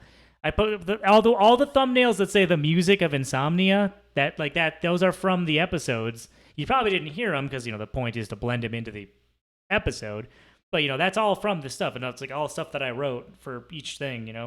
I don't do the stock music stuff, not because I'm too proud, but kind of because I'm too proud. That makes any sense. I got a question for you. What's the question? I just actually looked at the live stream video feed, and are you supposed to have Keanu Reeves' hair from Point Break? Oh, actually, yes. Good question. Good, very, very good question. Yes. Okay, it's pretty close. And then once I continue to be like a neat like shut in, like I'll get the John Wick beard to go with it. Nice. I'll be the Mexican John Wick. Or wait, like Juan Wick. Like it's just like we gotta make that a thing. I gotta make like God damn it. it's like a trailer thing for that. Like definitely. It's like That'd be freaking hilarious. it's just like instead of like killing the dog, they kill my like, or they like destroy my taco stand. And I'm just like, oh, like, oh. Okay, next one. Next Do one. you smoke or drink? As I'm drinking a beer, I'm like, no, I don't do any of that. No, I'm no, that's not me. No, I smoke cigars. And actually, that was like an eye-opening experience the other day. I was like, I was talking to, I meet new people here, so I'm talking to them, and they're like, do you smoke or anything like that? I'm like, yeah, I smoke cigars occasionally. Like, and I realized I've been smoking cigars occasionally since I was like 15. And I'm like, oh Yeah, no, that's true. 100%. yeah, and I'm like, oh Jesus Christ, like I gotta knock that off. I don't do it that often. I mean, we're talking like, this. I don't think I've had one this past like year, but like usually it's like every 2 months I have a couple. And it's like just to because I like the taste and I like the smoke and the cigars, especially when it's like warm out. And you can just sit outside and like just kind of watch things go by. That's always good. Yeah, I just had one for the first time in years, like this past weekend. Oh yeah, how'd that go? It was fun. I went up to the what was it Kyle Schultz's lake house, and dude, he's gonna be an FBI agent. Jesus. Pretty cool. That was a fun time. But yeah, I got to smoke a cigar, and it Yeah. was just as I remembered it. Yeah, no, that's cool. They're very pleasant. The thing was fucking huge though. I couldn't finish it. That's actually an interesting thing about cigars that not a lot of people take into account. It's just like, there's different sizes. And the sizes are for different occasions and stuff. Like most people think they want to be like a high roller, so they'll go get what's called the Churchill, those probably what you had, where it's basically it's basically the size of a ruler, and you're like, okay, like what do I need this for? Kind of, and it's like those are great, but they're also meant to be like puffed on. You set them down, you leave, you come back a little while later, relight them, keep going at it, like put them down, leave. Yeah. It's like you come back, it's like unless you're actually Winston Churchill and just smoke the entire thing, then leave, come back and smoke an entire other one, and then you leave, and then so on and so forth. Apparently, that guy was averaging like 50-something cigars a day. That is disgusting. That is like, I'm like, how do you? And he also drank like I think it was like 2 bottles of gin at least a day, something like that. Yeah, can you imagine like averaging that kind? Like, how do you fit that in? I don't know. Like you just do it with everyday like tasks. Yeah, so like, it's like just slam half a bottle in your morning. Yeah, so it's kind of like let's hold on. So you wake up in the morning, right? You have your breakfast or whatever. It's like breakfast is a cigar. Yeah, you have to have gin with it. You have to drink gin. Yeah. So, like, but you have to not drink enough to be like not functioning because you're clearly in a position of like authority. So you have to be able to do something. You got to be able to strategize and stuff. So, oh fuck, man, I don't even think I would not be able to do this at all. I feel like he just did like what Tolkien did for like how hobbits eat food, and he's just like, well, I'm gonna apply that to cigars and booze. And then he just yeah, it's like you forgot. It's like, but you just had a bottle of gin. Yes, but what about the second bottle of gin? Yeah, what about second gin? What about second gin? It's like, okay.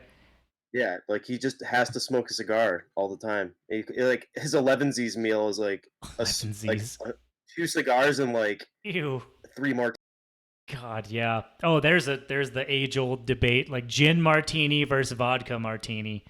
It's like I'm an adamant gin martini guy. They're good. I don't know what I mean. I think if I want to have one straight up, like a regular, clean martini or whatever, like not with like olive brine or anything fancy or stupid. Yeah. I mean, a gin one's good. Yeah. But something about like a vodka martini with like some olive brine and olive, that's pretty good too. Oh yeah. I don't really do the olives. I don't know why. Olives are just kind of, I don't know. I mean, a vodka martini is just like basically just drinking a glass of vodka with like a little vermouth flavor, and I'm like, I need more than that. Yeah, some more substantial flavored. Did you know that this is why I can't do this? This is why I can't be the content creator that everybody wants me to be, because it's just like, talk about your channel. It's like, hold on, did you know that when you make a certain type of martini, you have to have like, no, there was the thing where I had read that one of the oldest like ingredients for like super traditional martini, which is part joke, part real thing, was after you make it, it has to pass through a beam of sunlight. The hell does that I, mean? you, Like you, completely clear, like you can pass light through it and it I, still shines on the other side easy. I don't know what it actually means. I just know that that was one of the listed ingredients. Like you gotta like it has to, and you gotta pass it through a beam of sunlight. Like I just like imagine them like trying to mean like it splits like white light into all the wavelengths like a prism. Like somehow you can make it that good, which obviously isn't real light, that'd be pretty sweet and though. also not how a prism works. That'd be pretty. And Wait, why aren't there glasses that are like prism shaped? I mean, you could do it. ooh, It's just like a triangle. And no, you can do mm, prisms out of like not triangles even. They can be like I don't know any like geometric shape almost. yeah, Not any, but no, some. yeah, no, I get you. It's got to be because you'd think that those crystal glasses that are all like already kind of gem looking would have something like that. I don't know. Yeah, I bet they do it in certain parts. Anyways, next Probably. question. Wait, hold You on, do because smoke cigars? Well, no, wait. You don't drink. You got to tell me how oh what do you right, drink? We so already talked about this earlier. Andy in the comments is saying that gin is in fact like Diet Pepsi, so it should be relatively easy to drink, I imagine. You know, with everything. Yeah, no, Ew. he might be onto something. Yeah. Uh, Like gin and Diet Pepsi. ew. Oh God, it's ooh. Ugh. That Not. sounds I bad. could not. I can't even do diet sodas and gin. I can't do soda at all. But like, diet soda in particular, just like ugh, like the. I swear it's that aspartame or whatever. You It know. depends. There's like two different flavorants, or not flavorants, but artificial sweeteners they use. You know. And yeah, one's aspartame, the other one's like I forget the other name, I but have they like flip flop between.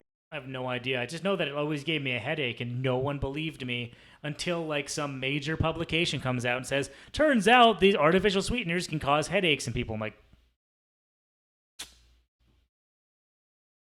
I'll Yeah, but you were making yours up. just like, you were just being an asshole. That was your problem. Okay, let's see. So, but yes, as far as drinking, yes, yeah, I do that. I feel like every creative type really does. You know, it's just kind of a thing that comes with the territory. Um, I usually drink dark beers. Like I've been saying. Um, I got a good question. what's that? Piggybacking off this, Mm, I just thought of it. I should become an interviewer. yeah. What if you're going to a bar and you want a mixed drink, but you don't want to spend a lot of money? What's your go-to? Ooh, I want a mixed drink, but oh, you know what it is? I get what's called a tequila slammer. Um, Now a lot of people think they know what this is, but it turns out that most people don't. What you do is you get half a glass, or you get like a rocks glass of tequila. Usually, I do like a double shot, and then you get like half a glass of like Seven Up. And what you do is you pour the 7 Up into the tequila, and you put your hand or a coaster over the glass, lift it up, and you hit it on the bar. I shit you not. You hit it Oh, on the I get bar. it. Okay. Bam! And it just like instantly fizzes and mixes it. And while it's like fizzing, I swear, I don't know what it is. It's like some kind of chemical reaction occurs where the whole thing stops being liquid and is just fizz. Like, and like you just pound that foam basically, and it gets you drunk really fast. So Interesting. yeah, so it's hilarious because it's also like a status symbol. When you go, yeah, status symbol. Guys, let me tell you about the time I was drinking at a bar, and it's interesting because when you do it right, it's like, and you hit the thing down, it can sound like a gunshot just going off, and people are just like, "What the?" Everyone turns to look, and you just got this drink, you just pound it, set it down, be like, another, and it's just like it goes from. It's great. I Do personally people even notice the gunshot sound in Texas? no. Usually that kind of goes. People are like, eh, Yeah, you know. that's what I thought. So, but yeah, usually that'll run you. It's I think if you get a double shot, that'll be like, depending on where you go, that could be like $8. Okay, that's not bad at It could be all. like $8, $10. But it should be known that I'm one of those people where I am poor as hell, but I have very expensive taste. you know. So like I'm one of those people where it's like I'll look at like my bank statement and it's like $5, and I'm like, give me the best spirit I can get with this $5. Instead of going for something cheaper. Yeah. I'm that kind of guy. So make of that what you will, audience. It's like the. So what about you? What's yours? Oh man. a cheap mixed drink for me. I normally don't go for those, but if I were to get one, it probably would be. It's gonna sound not cheap, but I'll just get like a well Manhattan, dude. They run around $8 That doesn't sound ish. cheap. Yeah, whenever I hear Manhattan, I'm like, I huh. mean, you know what's in it. It's just like a little vermouth and bourbon, basically, and they sometimes put a cherry in it. So That's yeah, that's not as common as I thought it would be. You know what I couldn't stand? Those fucking old fashions. yeah, they're too sweet for my taste. It's one of those situations where after that goddamn show, Mad Men or whatever, came out, suddenly everyone and their goddamn grandma who went out to a place had to suddenly have an old fashioned. Yeah, I still don't even. Is it like it's like a It's sweet Manhattan, right? They just like yeah. take like orange juice or something. Not orange juice. They They got do that. something They with an always have orange that in it. orange peel, and they always like rub it around the rim, and they leave it there. It's always like okay, it That's too much, man. I want yeah. to get drunk. I'm not trying to like stare in awe of my drink. I'm not like, man, I'm gonna like sit with this for a while. Yeah, that's why a lot of these like craft cocktail places popped up, and it's always like, look, it's like they make all your stuff from like real fresh ingredients from scratch, and I'm like, yeah, and the drink also costs $15. So Yeah. it's like I can see where that money is going to pay for these kinds of things, like, but that's neither here nor there. Um, what else we got? Okay. Car or truck? Um, I think I remember seeing that one. I remember thinking like, okay, a car or truck. Now let's think about this. Way benefits and Yeah, I was gonna say. I mean, like, both. Yeah. I would. I mean, I drive a car, and I have a motorcycle, so I don't drive a truck. If I could drive a truck, I would. But the problem is I commute and travel. Well, I used to travel. I don't do anything now. I don't leave this room. Um, I used to like travel a lot, like cross country. I mean, you were there when I drove from Seattle to New York, just like on a Yeah. whim. God, That was intense. I don't know how you did that. yeah. Like for anyone who doesn't know, which you don't, because why would you? I've never told the story to like anybody else. Um, I hate to fly. I don't like flying on planes. I admit it. It sucks because it limits like your possibilities of going places. In a hurry. But and we're talking like a phobia of flying here. We're talking like I have gotten through this airport security to the terminal. I'm like about to board, like gonna hand the lady my ticket, and I just turn around and walk the other way because I'm like, I can't do it. Like I just can't. This like overwhelming sense of dread comes over me. And I get that it's irrational. Like I 100% get that it's irrational because nothing's going to happen. It's very safe travels and all that stuff. People fly on planes all the time and all that. Um, but it's one of those situations where it's like, I just can't do it. So, needless to say, like, it's made really expensive problems for me. And one of them that happened was I was supposed to go home and visit my family in New York, and I couldn't get on the plane. And because I couldn't get on the plane, I was like, oh God, what do I do? Everyone's like mad at me. Because that's the other thing. That's the other thing. Anybody else who has a phobia notice that when it like acts up for whatever reason, everyone like gets mad at you? Like they're just like, stop being irrational. And you're like, I understand that it's irrational, but I can't turn the brain off from being the way it wants to be here. It's like this like deep ingrained kind of fear you have. It's like it doesn't make sense. It's like somebody who's afraid of I knew a girl who was deathly afraid of moths. Actually, I think every girl's afraid of moths. Isn't that a thing? Like, Probably. yeah. It's like I knew a girl who was deathly afraid of moths to the point where she would tell you that when a moth was in a room with her, it was trying to attack her. Like, that's why it was flying around all over the place. He was trying to get her. It wasn't just circling a light or anything like that. It was just trying to get this girl. It's like, and you'd be like, what are you doing? Like, stop being crazy. But she'd be in tears. This person was clearly like, this thing is going to hurt me kind of thing. It's like, so you don't get mad at people in those situations. You have to help them be like, okay, like, clearly this thing is not going to hurt you and all that. Anyway, everyone got all butthurt that I didn't get on the plane. So I end up like being like, all right, fuck it, I got to get home. I like do the Google Maps. I'm like, Seattle, New York, go like that, and it just says like, whoop, 36 hours. Like just on the. I'm like, oh, okay, 3,000 miles or whatever. Okay, so I just get in the car. Literally got in my car and I started driving. I didn't stop till I hit Bismarck, North Dakota. That's ridiculous. Yeah, so it was like it was. I think that was like 12 or 13 hours away from Seattle. I made it the first night, passed out for like 3 hours, got back on the road, ended up in Chicago the next night, which coincidentally Dylan just happened to be there that day. Like literally at the airport when I was driving through Chicago, which was really interesting. And like I went from Chicago obviously to home, and I slept for a total of like 5 hours tops. Because I can't sleep on the road very easily unless I find like a hotel or something. I try to do that thing where I pull over at like a rest area and just try to get some Z's in there. But I'm like, no, someone's gonna come up here and just kill me. That's what's gonna happen. Yeah, no, I feel the same way. Yeah, yeah. So, and of course, I'm a gun advocate and gun lover. So it's one of those things where it's like I can't have my gun on me when I'm traveling over state lines. It's like, well, you can, but it's like it's just a whole bunch of it's a bunch of bureaucracy you don't want to get into, and like.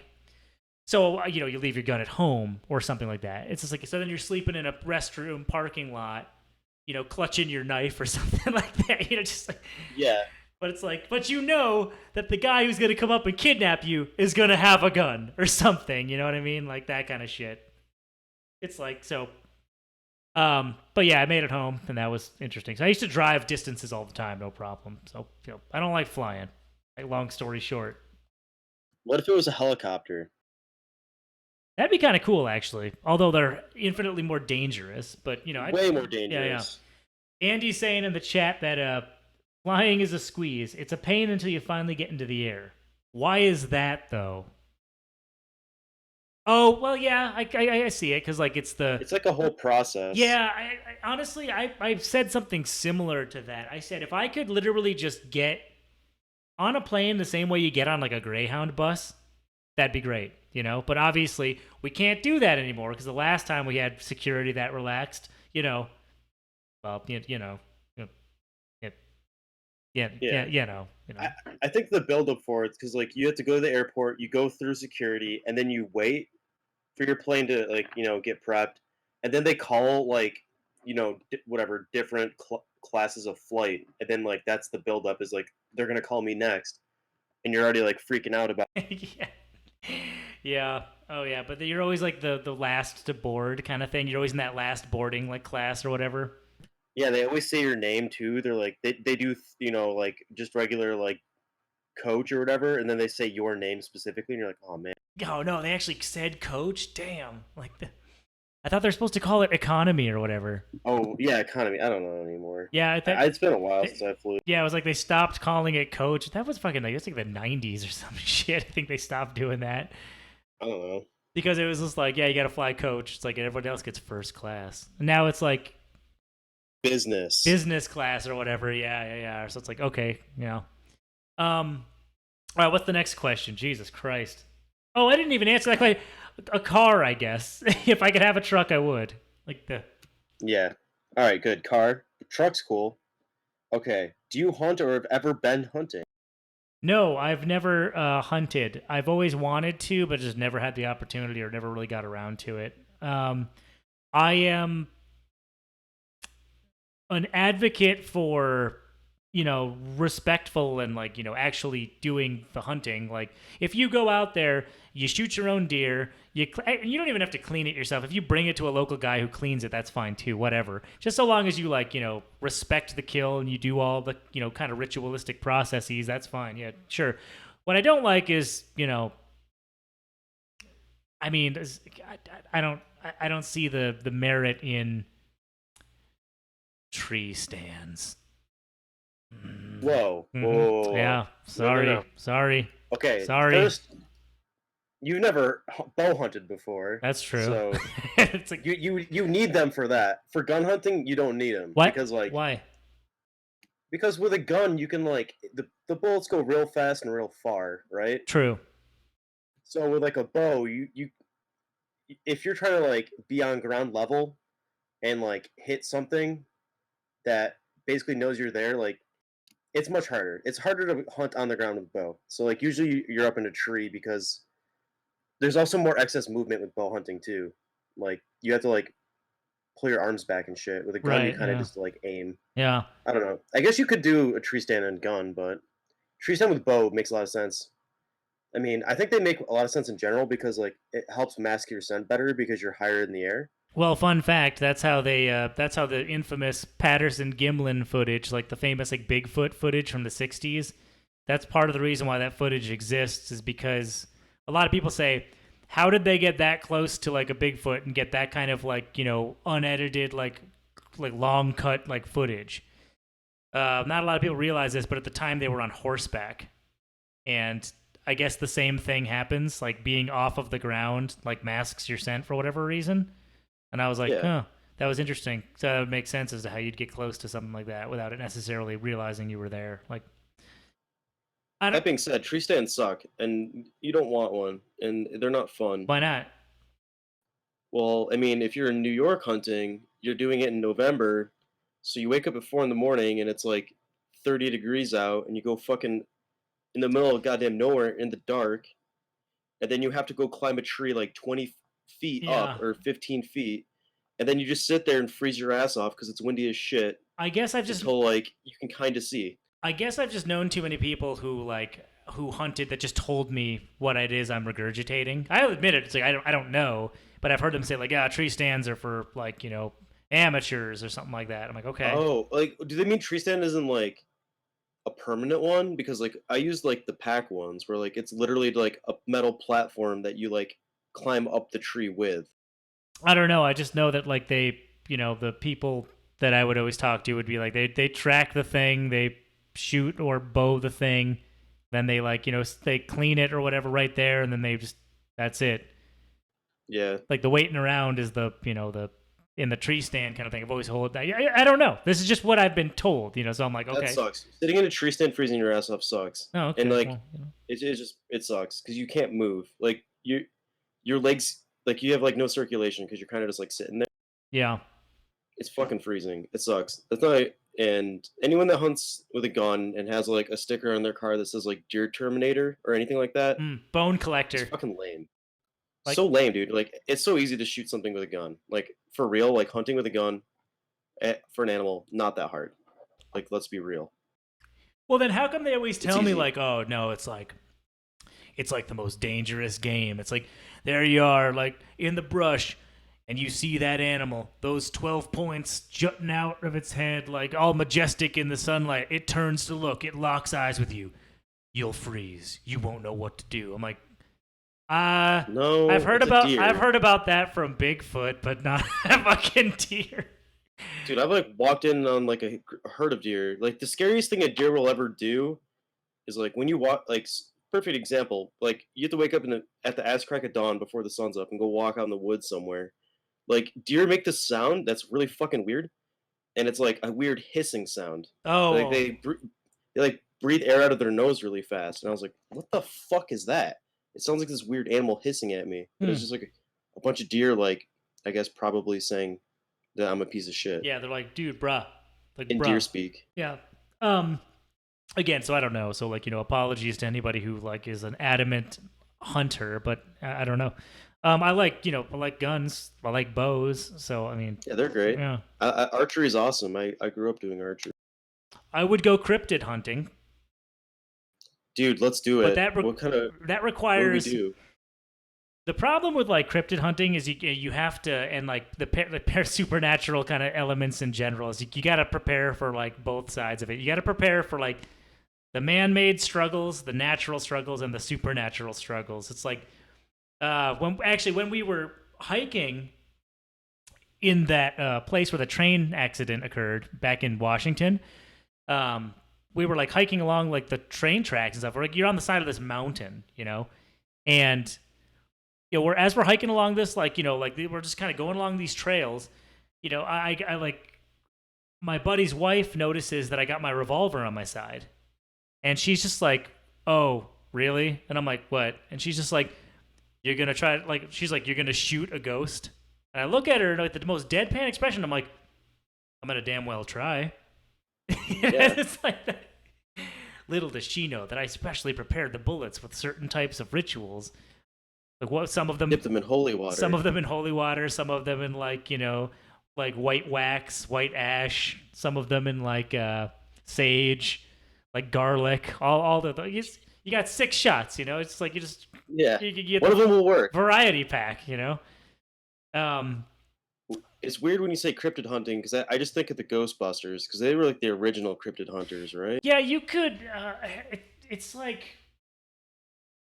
you could probably, yeah, something like that. I'm just thinking They like, hunted ghosts. yeah, I'm thinking, Well, they yeah, yeah, busted yeah. them, Well, I I mean, ghosts guess. aren't so much cryptids, they're Oh, something I guess else. you're right. The cryptid is like animal or creature that's Oh, supposedly does like like its existence is in question. Like but as far as like hunting something like if we went to like the Pine Barrens of New Jersey to hunt like the Jersey Devil or something like that, or we could just be in our backyard and go after like a Wendigo. It's like let's do it. that's something you don't want to tangle with, friend. Speaking of which, we're gonna get to that because I've got a thing that's relevant to this. All right, what's the next question? Next question. Let me unlock my phone. What is your favorite game and genre? Uh,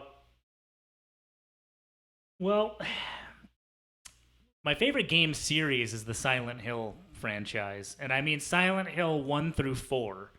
None of this like Homecoming, Downpour, uh, Shattered Memories, like none of that crap. None of like the ones for like DS or whatever. Not DS. Fucking yeah, Nintendo releases Silent Hill. No, like the um, what was like the PSP. Like none of those ones. Like Silent Hill Origins. Those are trash. And the movie sucked. All right.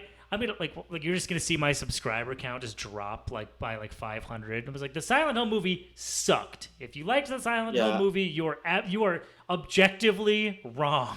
It was so bad, and so many people have done such a good job of explaining why. The bullshit argument that I can't stand also is when people make this, they say, well, if you ignore the source material, it's still just a really good movie. It's not. It's so full of glaring plot holes and things that just don't make sense at all. Like it's just dumb. It's dumb. like Anyway, the dog controlling everything at the end of the game. that's how it works. That wasn't in the movie, right? Yeah, no, So that's how the town works. Everybody knows that. Yeah, yeah, yeah, yeah, yeah. Of yeah. course. It's the best ending ever. Like for one of the greatest survival horror games ever made, Silent Hill 2. Like just oh my god, so good. That dog. That dog. It was a Shiba. It was a Shiba Inu controlling everything. Okay, I'm gonna keep going with this question. Yeah, yeah. Whatever happened to your copy of the game Carrier for Sega Dreamcast? Ah, shit. So like, I bring this up all the time. yeah, I need yeah. to know. So if like my favorite game system is the Sega Dreamcast. Everybody, like that's important for you to know because it's just it's just such a good system. So it came out at the wrong time. Anyway, around that time, like late '90s, early 2000, like we're talking like '99, 2000, 2001 ish. Like there was a bunch of like Resident Evil clones that came out, and one of them was this game called Carrier, which was a Sega Dreamcast exclusive, I think. And it was just you were on board this aircraft carrier where some type of plant was like sentient and took over and like was able to like infect people with like plant spores or whatever. Um, Plants can't have spores, can they? Um, Usually fungi have Yeah, spores. yeah. Well, it was definitely a plant, but it definitely released stuff into the air. Maybe they didn't do their research. I don't fucking know. Anyway, the so this plant takes over. You got to battle all these like half human, half plant hybrid. Wait. I remember. I remember. Plants can have spores, but they're like ferns. Oh, okay, okay. Yeah. I think it's like ferns. Oh, didn't know that. Huh. But yeah, that basically like you just got this place taken over by plant monsters, and it was actually pretty good. It was actually like it was scary. There was a lot of scary moments, and I was like, oh. And I tried to get all philosophical, where it's just like this plant is like God, and the plant is gonna make everything nice. You just gotta let the plant win. And you're like, what? And that was like your choice as like the player. I think towards the end, it was like, do you let the plant win? Or I don't even fucking remember how this went, but it was like the plant tries to convince you that I'm the good guy, and you're like, oh shit, okay. Like the plant literally makes the most basic philosophical arguments, like, look at all the bad in the world. What if the bad was good? And you're like, oh shit. Like, What if the bad was good? it's like, what if all the bad stopped?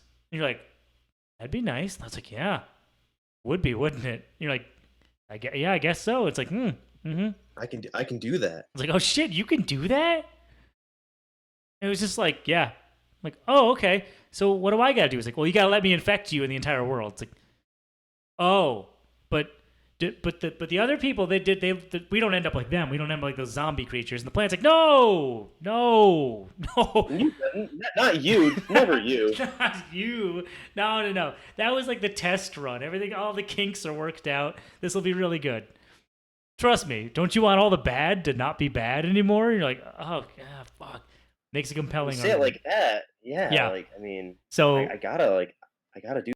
yeah, so this game was that, and that's about all I really had to say on it, I guess.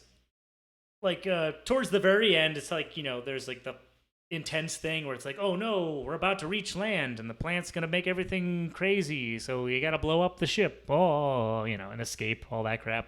Resident Evil clone. What do you want? Anyway, what's the next question? The next question. Wait, hold on. Andy asked, what if all the air was wood? Like, oh shit. What if all the air was wood? God damn it. It's like, shit. Wait, then what are trees? Are trees air then? Fuck. Oh my god. Yeah, it's like, just got banned from you. What if air is wood? We've just been calling it air this whole time. The worst part is like, we are replicating perfectly the same vapid content that people actually want on like YouTube right now.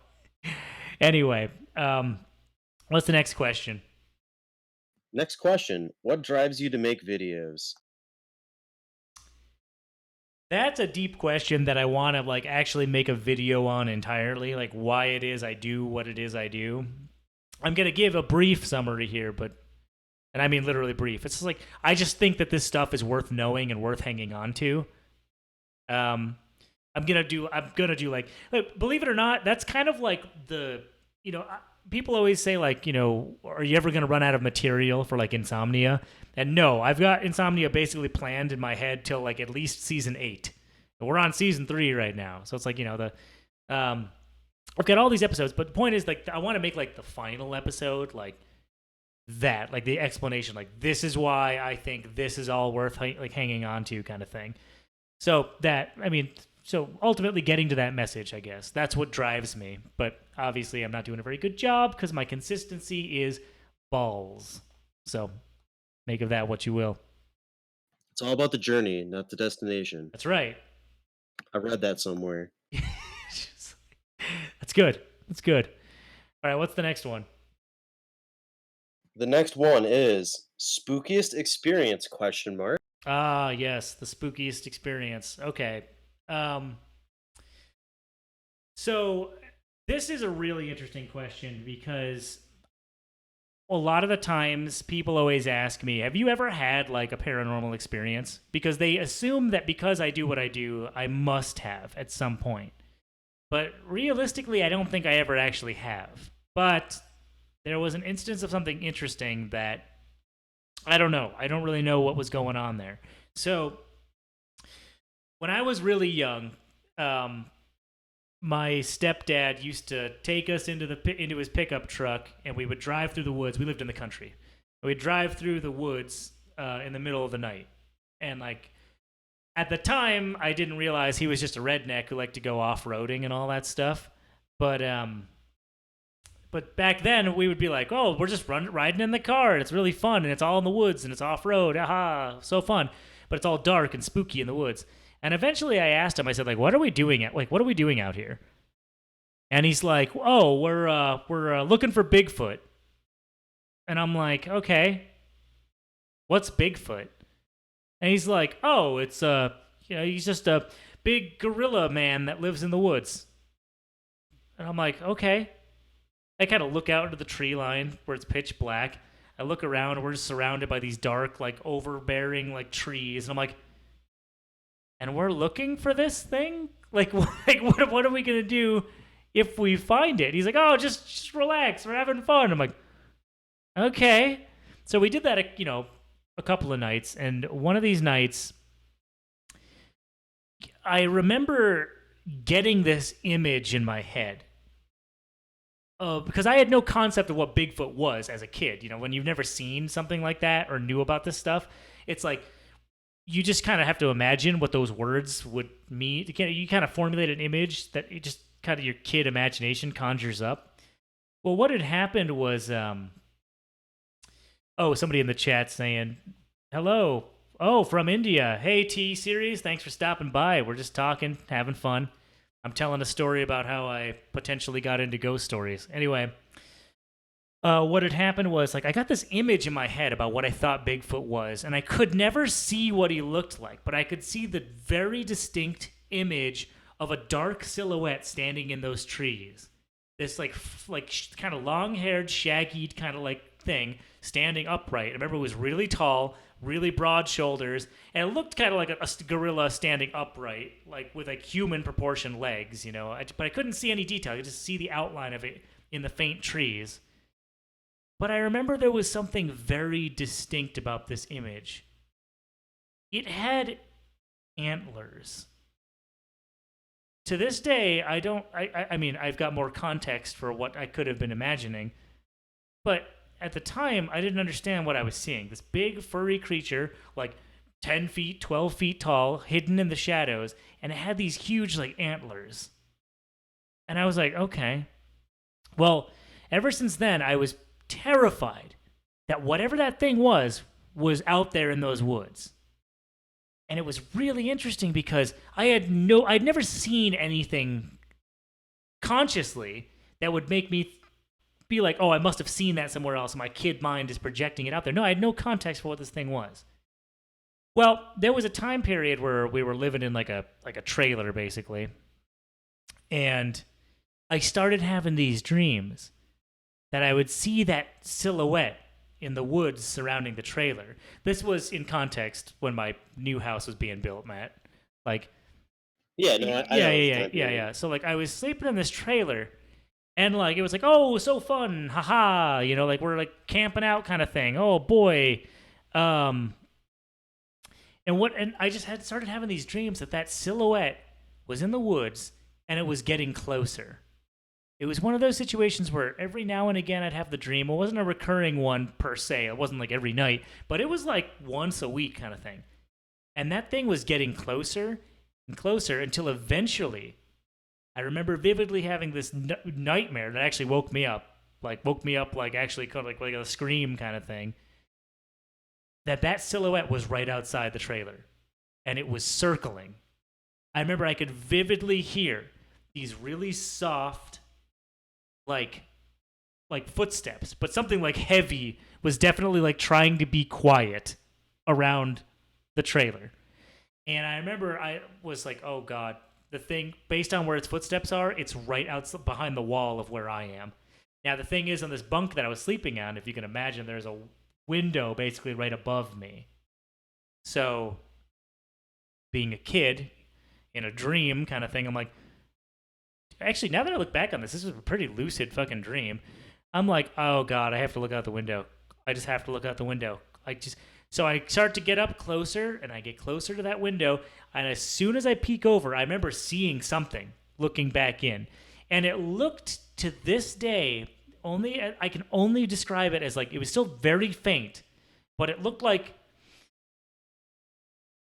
kind of like a human face, but it was different. It looked kind of like an old man, but like very like sunken cheeks, very sunken eyes, almost skull-like old man kind of thing. But it still had all that fur and those fucking antlers. And I like lost my shit. I woke up like actually screaming, like, "Oh my god!" Yeah.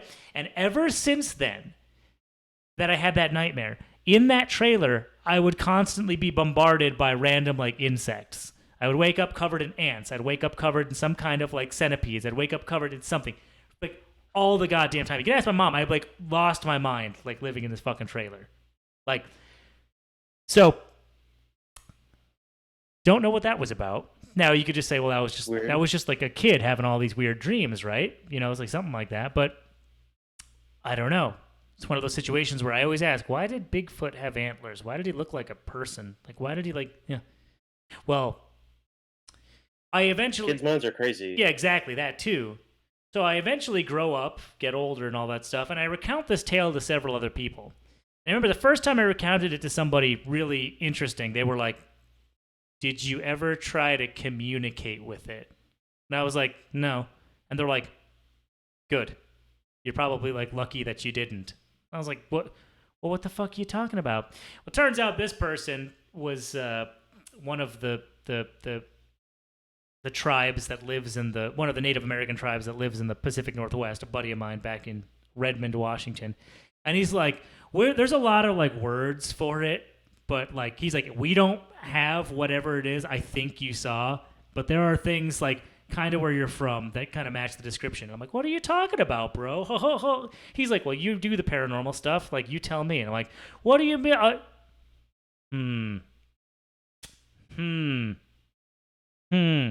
It's the fucking Wendigo, people. Okay, if you couldn't piece that together. Anyway, do I actually think it was the Wendigo? No. But it was really interesting that coincidentally I saw it. In fact, I had a really interesting experience that's related to this also. I walked into a store. I was buying some candles, so I walked into this. I think my girlfriend was with me. She might actually remember this story. But we walk into this like kind of like a pagan Wiccan like gift shop kind of thing, like not gift shop, pagan shop. I'm buying some candles. It's the only place that I know that sells these types of candles. So I'm in there, I'm looking around, and I just stop, and I kind of like stop talking. I was like I'm staring at this like image on the wall, and the lady kind of turns and looks, and she looks back at me, and she's like, "Oh, you like that thing?" And I'm like, I just like pointed, and I'm like, "What is that?" And she's like, "Oh, that's like an image of like Cernunnos, like the god of like male fertility from from some old like kind of druid like religions and stuff." And I shit you fucking not, this tall ass figure, the face of like an old man, and these deer antlers coming out of his head. Dude, maybe you're super fertile. It's just like, You're so virile, dude. It's You're really like- virile. it's like, yeah, that's what it is. I'm like, yeah. But all these kinds of coincidences, I'm like, that is so interesting. Like that figure is kind of like, I don't know. I don't know what the deal with that was. So I don't know. Anyway, so was that a supernatural experience? No, but it's pretty interesting how there's a bunch of coincidences. Synchronicity is what we call it. Synchronicity. You get these weird experiences, and throughout your life, you start seeing these coincidences that remind you of that one thing, finally culminating in the discovery of like, whoa, perhaps it meant something. I don't know. So there you go. Interesting. Yeah. So what do I did not know this. Right, yeah. Nobody knows it really. I mean, it's like one of those ones where I'm just like, why would you tell it? Because it's not really. There's no point. Not going to be like at the bar with friends. Hey guys, did I ever tell you about the time that it's, Yeah, that's true. So anyway, what's the next one? Jesus. Any real experiences at all, which I think you just covered. Yeah, no, not really. Not that I can think of anyway. So And the next is who was phone? that was you. Will we ever know that question? Oh shit, that was me. Yeah, God damn it. That was you on I'm dumb. on Sorry. Instagram. Yeah, you're just like. Yeah, that makes sense. The question is, who was phone? That's tough. I don't think we'll ever know. I don't. The issue. There's too many variables. There's just we don't have enough evidence to like look one way or the other. We just will never know who was phone. So Well, damn. what else we got? I think that might be it, but I can come up with some other ones. Oh, geez. Okay, that was it? Oh, yeah, I'm looking at the copy of it right here. Yeah, that was it. We went through the 1,000 subscriber Q&A that I promised to do 5 months ago. Was March 5 months ago? Maybe. Hmm. Yes, Yes. Okay, good. So if has been 5 months. anybody else has any other questions, otherwise we could just talk about something else because there are other things that I want to talk about. So if anybody's got any questions, leave them in the chat and we'll get to them. Do you have any questions off the top of your head, or do you want me to ask you a question? Um, Ask me a question. Oh, This is not my show though, but you ask me a question. who? I'll have an answer. Just okay. Um, when you were, did you say that when you were? Because I told people this story, and I don't know if I was actually getting your experience mixed up with somebody else's. When you were camping with in the Adirondacks, did you hear any wolves? I did. That confused the hell out of me. But I Mm-hmm. did hear something howling. I don't wolves don't normally go that far south. They're usually still up in Canada, so Mm. it must have been like a coy wolf. I talked to like a I know like like an ecologist. He has like a PhD. He's like a professor at Yeah. a university, and he's like, it's got to be a coy wolf because we don't, or wolves don't travel this far south. But I did hear that. That was, I mean, I was sleeping a little closer to my gun that night because Yeah. that was like we were in like almost a valley, uh, near these ponds, and on the opposing, like we were in a flat part, but on an adjacent hillside, we heard howling one night. Oof. What? Like I've never heard a wolf in like real life, so it's like I always wondered like is it as cool as like as I think it I don't is? know if it was a wolf, but I mean, it was spooky, kind of. Something was Like, howling. yeah, it wasn't coyotes. Like you've heard everyone, oh, not everybody, but I've heard coyotes a lot. You probably have too. It's like a yipping and screaming. That's Mm-hmm. like that sounds Oh scary, yeah, they're but like like they're not that scary. yeah, like that. It's like weird screaming, yipping sounds. Yeah. But like this was like like a howl, and I was like, huh, that's really scary. I don't like wolves don't aren't here, so I don't know what that was. But it's got to just be a like a coy wolf or whatever, like a coyote wolf, or maybe it was a wolf that traveled that far south. Who knows? Yeah, that's what I like. You know, they tell us that mountain lions don't live there either, but they're there. Dude, I've seen one obviously up near on what is it, Powder House Road. I've seen a mountain lion up there, and I'm we're sh- my dad and this other lady, like, I guess there's might be one that was in our side yard one night, or like my parents' side yard, Mm-hmm. because there's like really deep growling, and like Yeah, that like bears that too. bears don't growl. Yeah. Bears make that stupid like, yeah, they make that It's weird yawn sound. just like Yeah, yeah. yeah, and then I mean, if it was a dog, like no one has their dog out at like 11 p.m. So Mm-hmm. like unless it escaped, but I don't know. That was odd, but there's definitely mountain lions around here. I know that. Damn. Oh, It's pretty spooky. yeah, for sure. Oh, speaking of which, Andy's asking in the chat, what's the spookiest sound? Like, what's the spookiest thing you could hear? Like, I need more context because, like, if I'm indoors, that's different than being outdoors. You know, like for like creepy things I could hear. Because if I'm like outdoors and I hear like, I think for me, the creepiest thing I've always heard about were these stories of people who hear like phantom cries for help. And like I'm like, oh, holy shit! That reminds me. That was the other part of the story I forgot to mention. Um, uh, when I used to like play around on my property when I was a kid, I would always hear a voice call my name from the woods. I would always hear like a very faint, slightly higher pitched, kind of like a woman's voice shouting like Adrian, and I always thought it was my mom. So sometimes I'd be out playing around in the woods, and like I'd hear like Adrian, like oh, so I'd kind of look around and I'd go back home and I'd be like, what did you want? My mom was like, what? I'm like, what? Why did you call me? And she's like, what?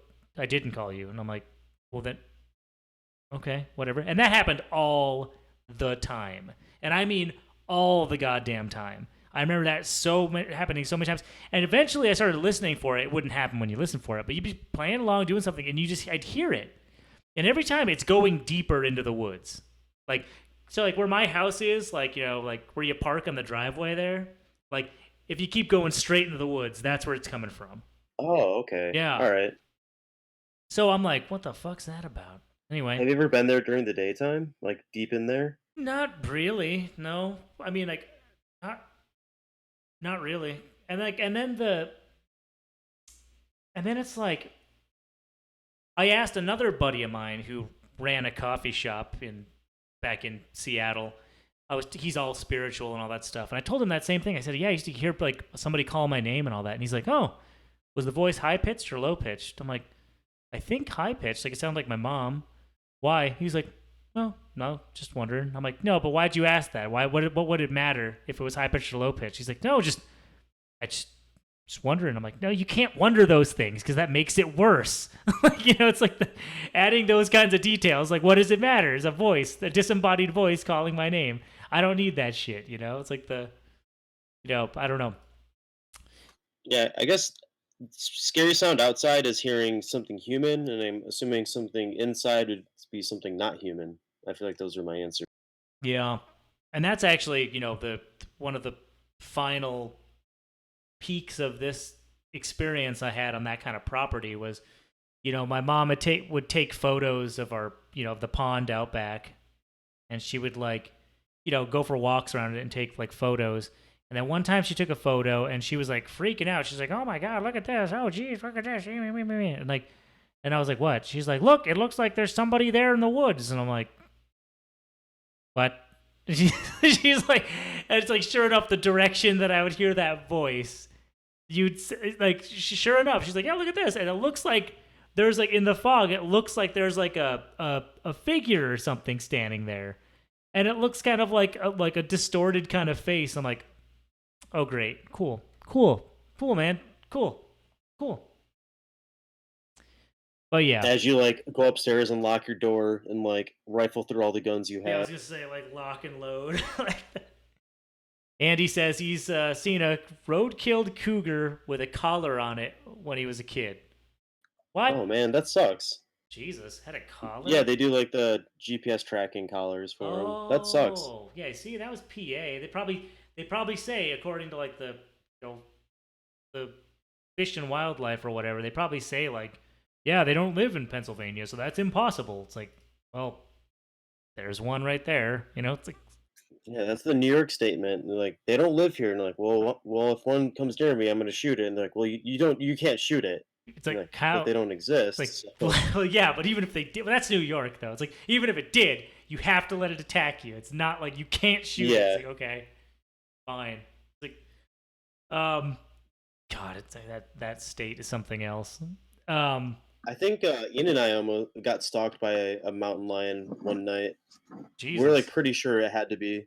That was scary. Yeah, I think I told that story before. Though, like we were just hiking out of the woods, and we kept hearing something like to our like back left. Like we'd move, it would move. We'd stop, it would stop. And Ugh. we're like, what the fuck is this thing? Like, of course my headlamp dies, and I've got the gun, and I'm like, Ian, give me your headlamp. And he's like, no, it's mine. I'm like, all right, well then you're gonna have to fucking shine this thing, and like I'm gonna have to like I'm the hands, he's the eyes kind of thing for this whole thing. We never saw it, but it was like that was creepy. Yeah. Like we're in like a woodland trail. It wasn't like walking through a field. I literally, That's scary. I literally can't even imagine like that feeling of being like stalked by something, especially not something of like this world. You know, like the, jeez. I don't know if it was something. I mean, it definitely was from this world. I have a feeling. That's what I but mean. It was still Oh, fucking yeah, scary. that's what I'm saying. Yeah, It's like, yeah, it's like, so I don't know. that was terrifying. It's one of those. Yeah, I haven't seen or heard anything like that since I've been up there though. I love how, you know, my girlfriend went for work to like New York State, up in like the Catskills. She went there for work not too long ago, and she was saying how they saw a black bear, and I'm like, oh Jesus, black bear! Jeez, you walk outside and you just like throw acorns at it, and it runs away like, oh. Yeah, it's like, dude, what the heck, man? No. It's like, bruh, come on. It's like, everyone's like, dude, but that's a bear. It's like, no, that's a black bear. And unless That's a black bear. That's different. unless you're within like, unless you're between it and its cub, then you're fine. But I guess now they're having a problem where like too many people are just feeding them, so now they're getting like a little bit bolder and stuff. So That's stupid. yeah, tell me about it. Like so, I don't know. My, there was one in my parents' side yard. They like they heard it. They like woke up because it broke their bird feeder down Of course. and was like laying on the ground trying to eat it. My dad like looks out the window and yells at it, and it runs up that big oak tree, and it just sat up there for hours. That thing was fucking huge, dude. Yeah, I saw it. just sitting there like I went no. over there and looked at it, dude. That thing was really big, Yeah, really, really big. and it's that skittish, you know. It's like But it's skittish. My dad just yelled out the window. He's like, "Hey, what the fuck?" And Yeah. he's like, "Oh shit!" And then like Yeah, ran away. that happened when I was in Caton one time. Like, when I was dating a girl there, and like she lives in the middle of nowhere, and like I go out like outside because we hear like this like noise, and like there's a black bear going through the trash or whatever. And I'm like, hey, fuck off! And it's like, go, it just runs, you know. And I'm like, Yeah, he's like, "Oh shit!" yeah, No. it's like, go on, get. And it's like, oh no, oh man. Yeah, I don't think it was. I mean, I've seen bears where I got like stalked by that thing with Ian, but they run away. Yeah, so I've never it's- been like freaked out by a black bear. It's just really surprising. yeah, so I'm like, wait, whatever. Andy saying, imagine domesticated dwarf bears in the year 2100. I mean, we can only hope and Wait, pray yeah, that I was gonna becomes say. reality. No, people want those like domesticated dwarf hippos. That's what people want now. You've been seeing how like those baby hippo videos going around, and everyone's Oh, like, God. "Oh my god, hippos are so cute." I'm like, no, They're death machines. they are like so in like African like big game hunting. You know, there's like the big five, the ones you like, you know, go after, which is funny. That's where I got my, hey, fun fact, everybody. That's where my show, Insomnia, I originally had my thing where I talk about the big five of like, you know, paranormal activity. That's where I got it from, the African big five. Holy shit. Look how creative I am. Hit that like button and smash the subscribe or whatever. Ring that bell. Ring that bell. Yeah, there's like the water buffalo, lion, rhino, leopard or whatever, or cheetah. And then like, I don't fucking remember what the last one is. What's the last one? Oh, the elephant. Elephant. Right. And then, so, the most dangerous one of those is the water buffalo, apparently. Yeah. That's interesting. Yeah. So much so that over there, it's actually known as the Black Death. That's how dangerous those are. And I was like, what the fuck? How does that make any goddamn sense? So, like, I looked it up, and, you know, sure enough, yeah, it's because, well, A, they're in a herd, you know, and B, they're the ones that even, like, as opposed to, like, an elephant, it's like they can just take almost an infinite number of bullets before it goes down. Like, they said if you're, like, like, even against, like, an elephant or a rhino, like the water buffalo, if your first shot doesn't kill it, the next 15 are just going to piss it off. It's just like, that's an actual thing. They're just like, no, watch out for this thing. It'll fucking wreck you. But That's cool, but also scary. yeah, but above all that, there's the hippo now that they're going to add into the, you know, it's going to be the big six now, I guess. I don't know. But, like, unofficially, the hippo is, like, the most dangerous It is. animal or whatever. So, Dude, I was recently. I went out. Like where I work, there were some people that came in to do like I don't know efficiency testing or whatever, and one of them was this girl from Kenya, and we went out and got some beers like as a group, sure. and she's like, I go back and see my dad in Kenya, or is it Kenya? Hold on, where's Mount Kilimanjaro? But I don't know. I played Halo. I know Kilimanjaro. Oh yeah. Yeah. That's when you get like, is it 6 kills or 5? I think it's like 8, honestly. Oh shit. I think it was like 8 in a row or whatever. Yeah. I don't know. Somebody in the chat correct us.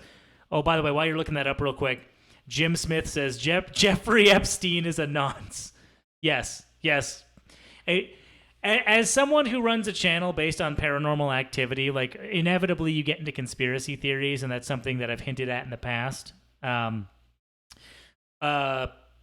It's one of those situations where if you are surprised that the hyper elite in charge of the planet are up to some really fucked up shit, then you haven't been paying attention. So, you know, if you look at the facts surrounding somebody like that who had an island dedicated to very questionable things that I'm not going to talk about out loud on a stream, then, and then that guy ends up being the fall guy because he had information linking to all sorts of powerful families and royalty. So of course, like, he conveniently kills himself. Who would have thought?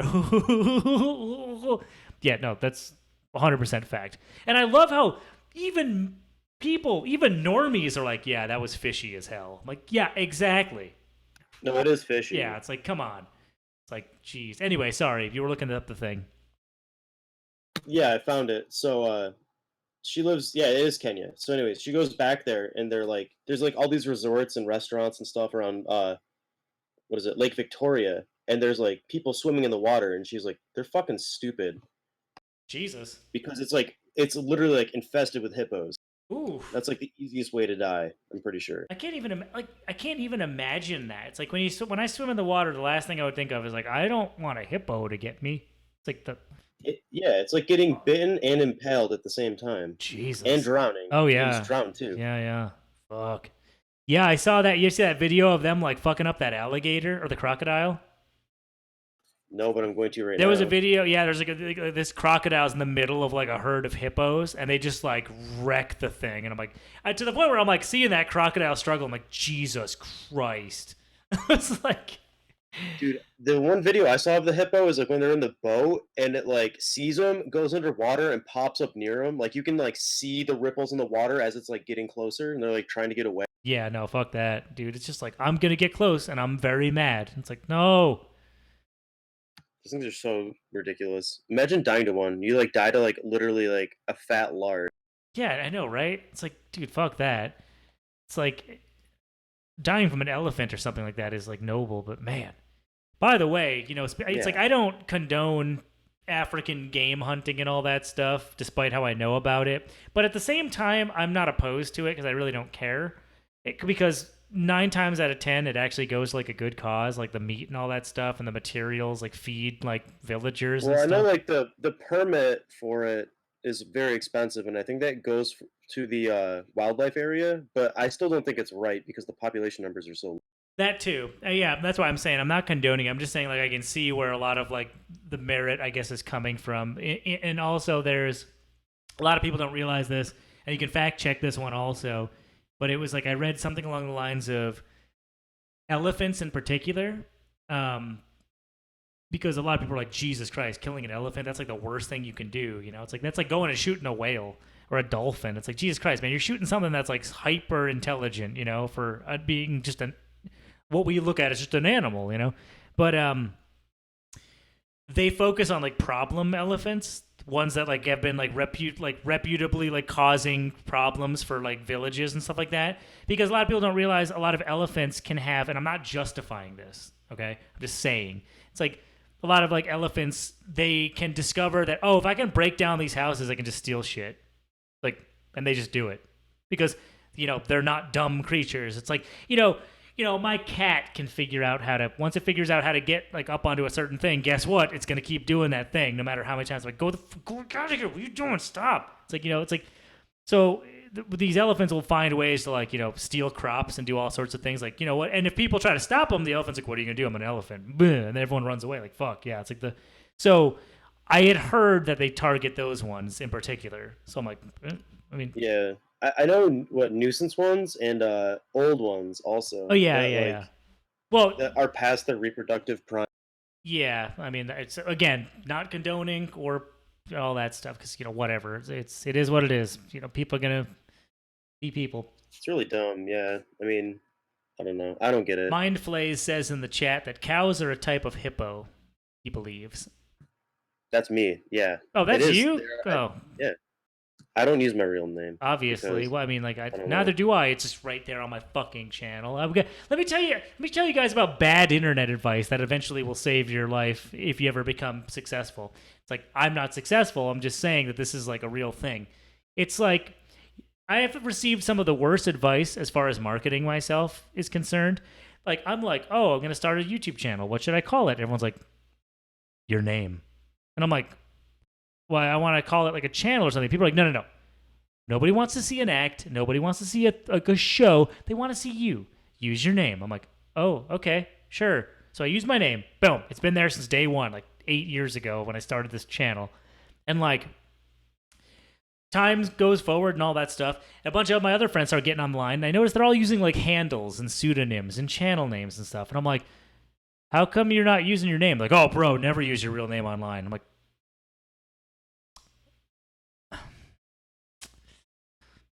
so Just never use your name. why would you tell me to do that? Bro, never use your It'd be even better if like, bro, that was a test and you failed. Because yeah, I'm like, great, it's like, look at that. It's like, but it is what it is. If someone wants to find your information, they'll find it. Not saying it's like not saying it should be condoned or anything like that. But if somebody wants to find you, they'll fucking find you. Yeah. So, geez, where were we? What the fuck? We got so derailed with all this shit.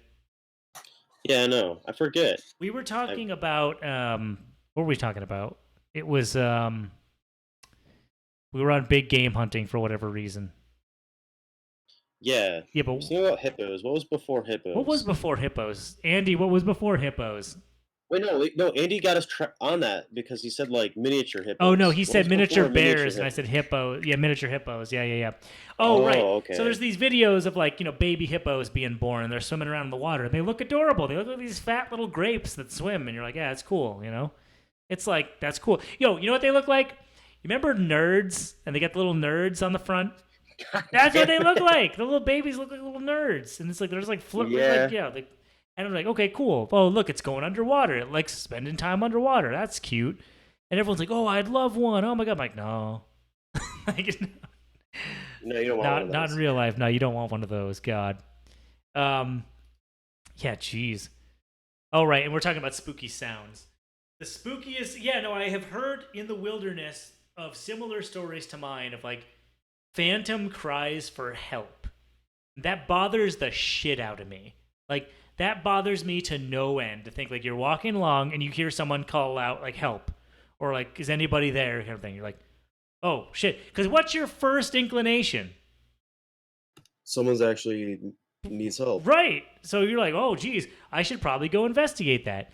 Now imagine if you heard that where you were camping in like the Adirondacks. Yeah, that'd be scary. Yeah, right? It's like it takes an already perilous kind of situation, like an already serious situation, just makes it that much worse. So it's like, fuck. That would be terrifying. Yeah, I mean, we probably would leave if that was the case, because like no one would ever be there. It literally like freezing rained every night, and then freezing rained every day and snowed. Oof, no thanks. I don't need the freezing rain. Yeah, that sucked. I lived in like my rain gear for like 3 days. Yikes. I haven't gone camping in literally like decades at this point. Yeah, I mean that was like real. Like I just Actual went camping. like, yeah, I went like glamping where like you just drive to like a campsite.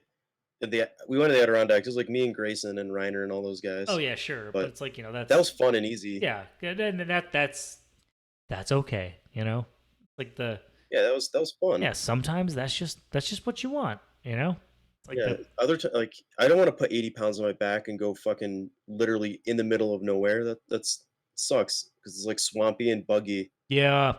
I don't even know. Like, I mean, I don't even know where I would go. I mean, because out here it's just too hot. It's just fucking it's just too goddamn hot to try to like do any of that stuff. I know. I feel like you'd have to carry like 20 liters of water on you for like 2 days. Yeah, and like it's if you go out to like West Texas when you get the actual desert, it's like that kind of drier heat and all that stuff, and that's better. Here it's like 100 degrees and you got humidity that makes it even worse. So it's just like it's I can't even imagine it. That's part of why I miss like Seattle so much, because like you drive 10 minutes outside the city, you're in the middle of the massive forest. You've seen it. Remember like the cliff jumping spot we went to? Oh yeah. Yeah, wasn't that fucking gorgeous as all fucking hell? It's like, damn. Those are like the biggest trees I've seen. Yeah. They were like 6 feet in diameter at least. Yeah, that was fucking awesome. Yeah, that's the kind of stuff I like. I mean, going to Texas, that would suck in camping because like they have scorpions and fucking tarantulas too. Oh yeah, I was taking out when we first moved here. I was taking out the trash, and like I tossed it in. I think I told you this story. I tossed it in, and like I looked down at the ground. And I'm like, what is that? And I kind of leaned down, and I'm like, it looked like part of like a tarantula. Like it looked like because it was like broken up, like it got crushed or something. And I'm like, I see these like big ass looking legs, and I'm like, I kind of like, I'm like, what the fuck? So I'm like, somebody throw their pet out or something. So I walk back inside and I ask Amy, I'm like, do we have tarantulas here? And she's like, oh yeah. They come out like at certain times of the year and all that. Yeah, they're everywhere. I'm like, oh, fuck. Like, And then you go lock the door and like duct tape this like yeah, the right. frame. It's not even them that concerns me because I don't have a big problem with tarantulas because I think they're actually kind of cute in a weird way.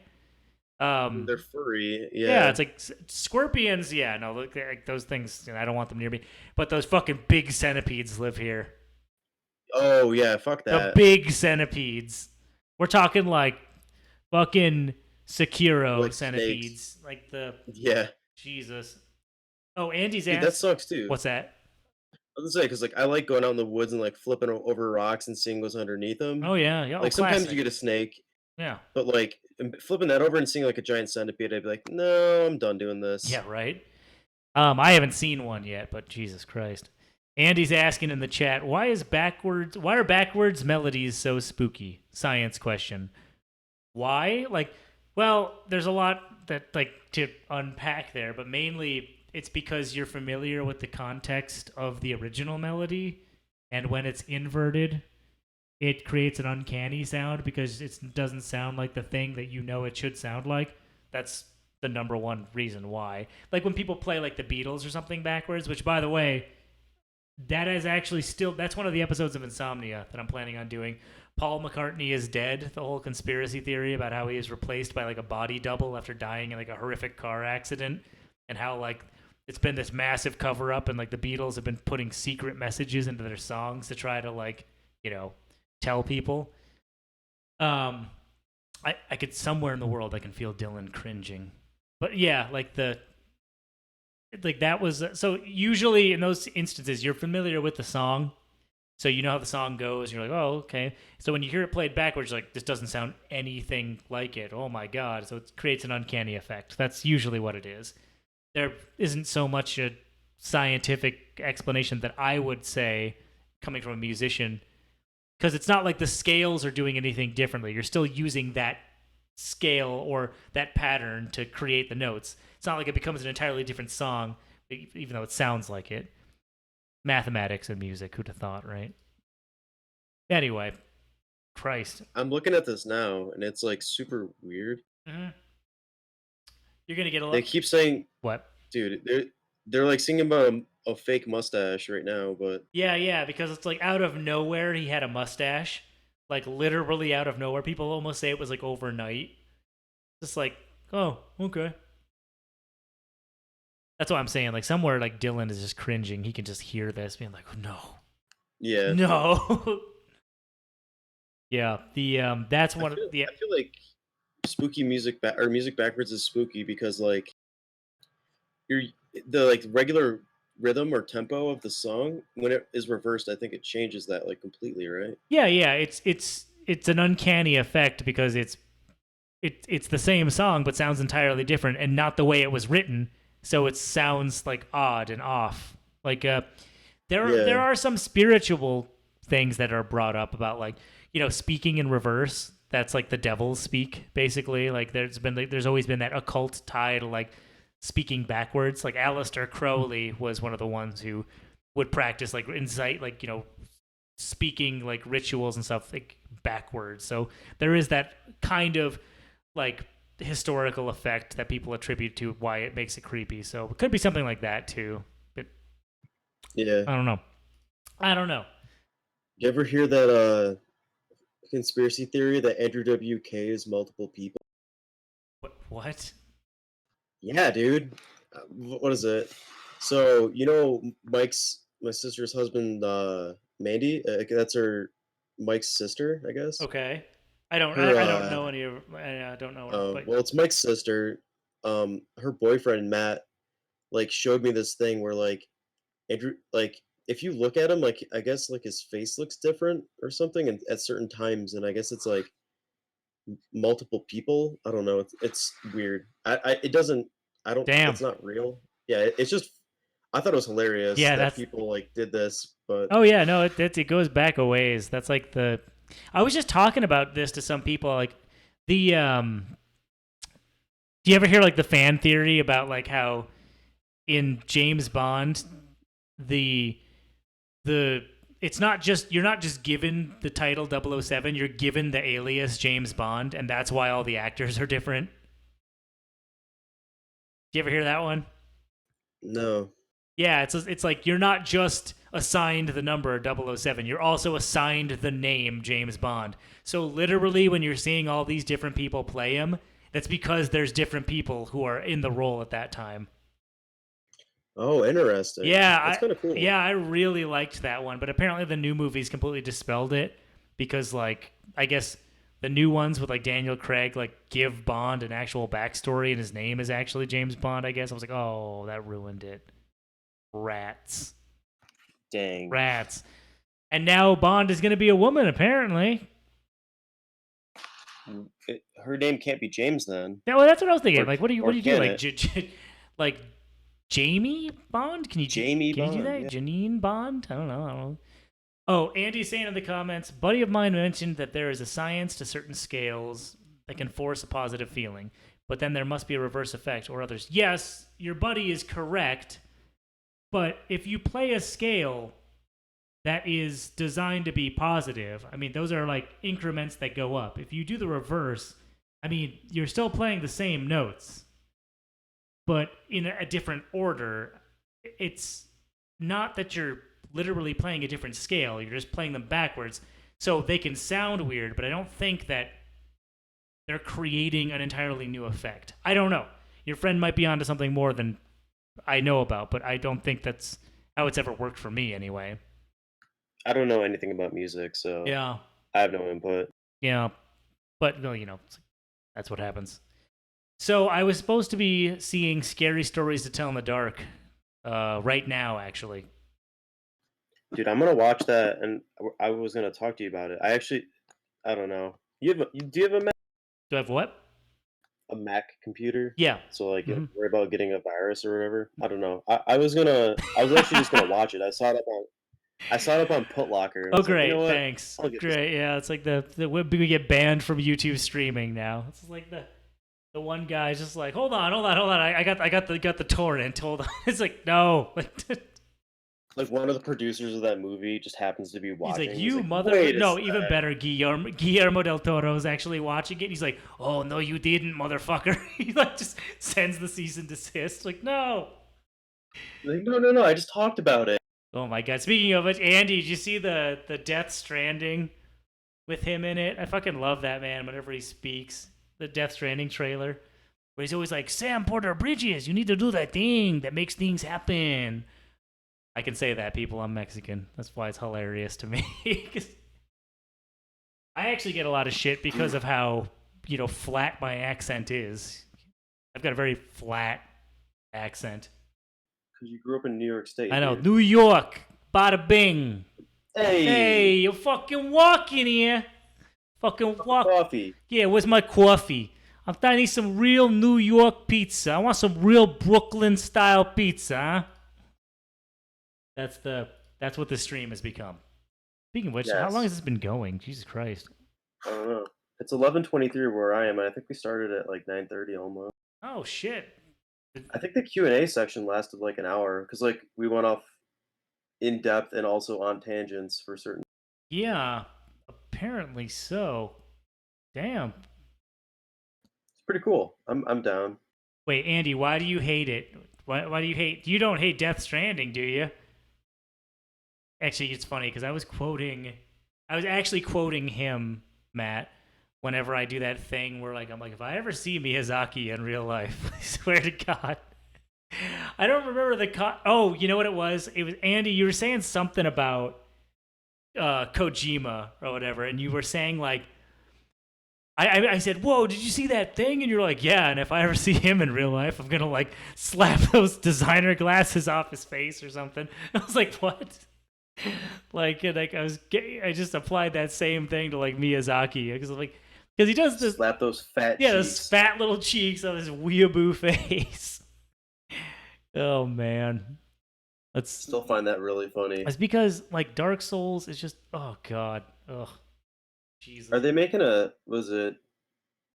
Is it Sekiro? Not No, Sekiro, right? Is it? From Software is doing what is it? A J.R.R. Tolkien inspired thing, I think. And Dude, they're gonna murder or that. That's no, gonna suck. not J.R.R. Tolkien. They're working with like George R.R. Martin or whatever to make Oh like god a damn to it. make like a thing, a a game, and it's gonna have like I don't know. I don't know. I have no context. I've just heard that, so I was like, okay, don't know what that means, but here we It's gonna are. suck. Oh, it's like just has to suck. Just has to suck. And here's my reason why. I think ever since they kind of got like more popular, like the company From Software, I feel like they're uh I don't know if it's exactly like story writing, but like their whole like game design hasn't really been the same, if you know what I mean. Right. I actually hear you entirely. Right now, this is what I was drinking. I'm showing to the screen. Real Ale Brewing Company. Commissar. Russian Imperial Stout. Yeah.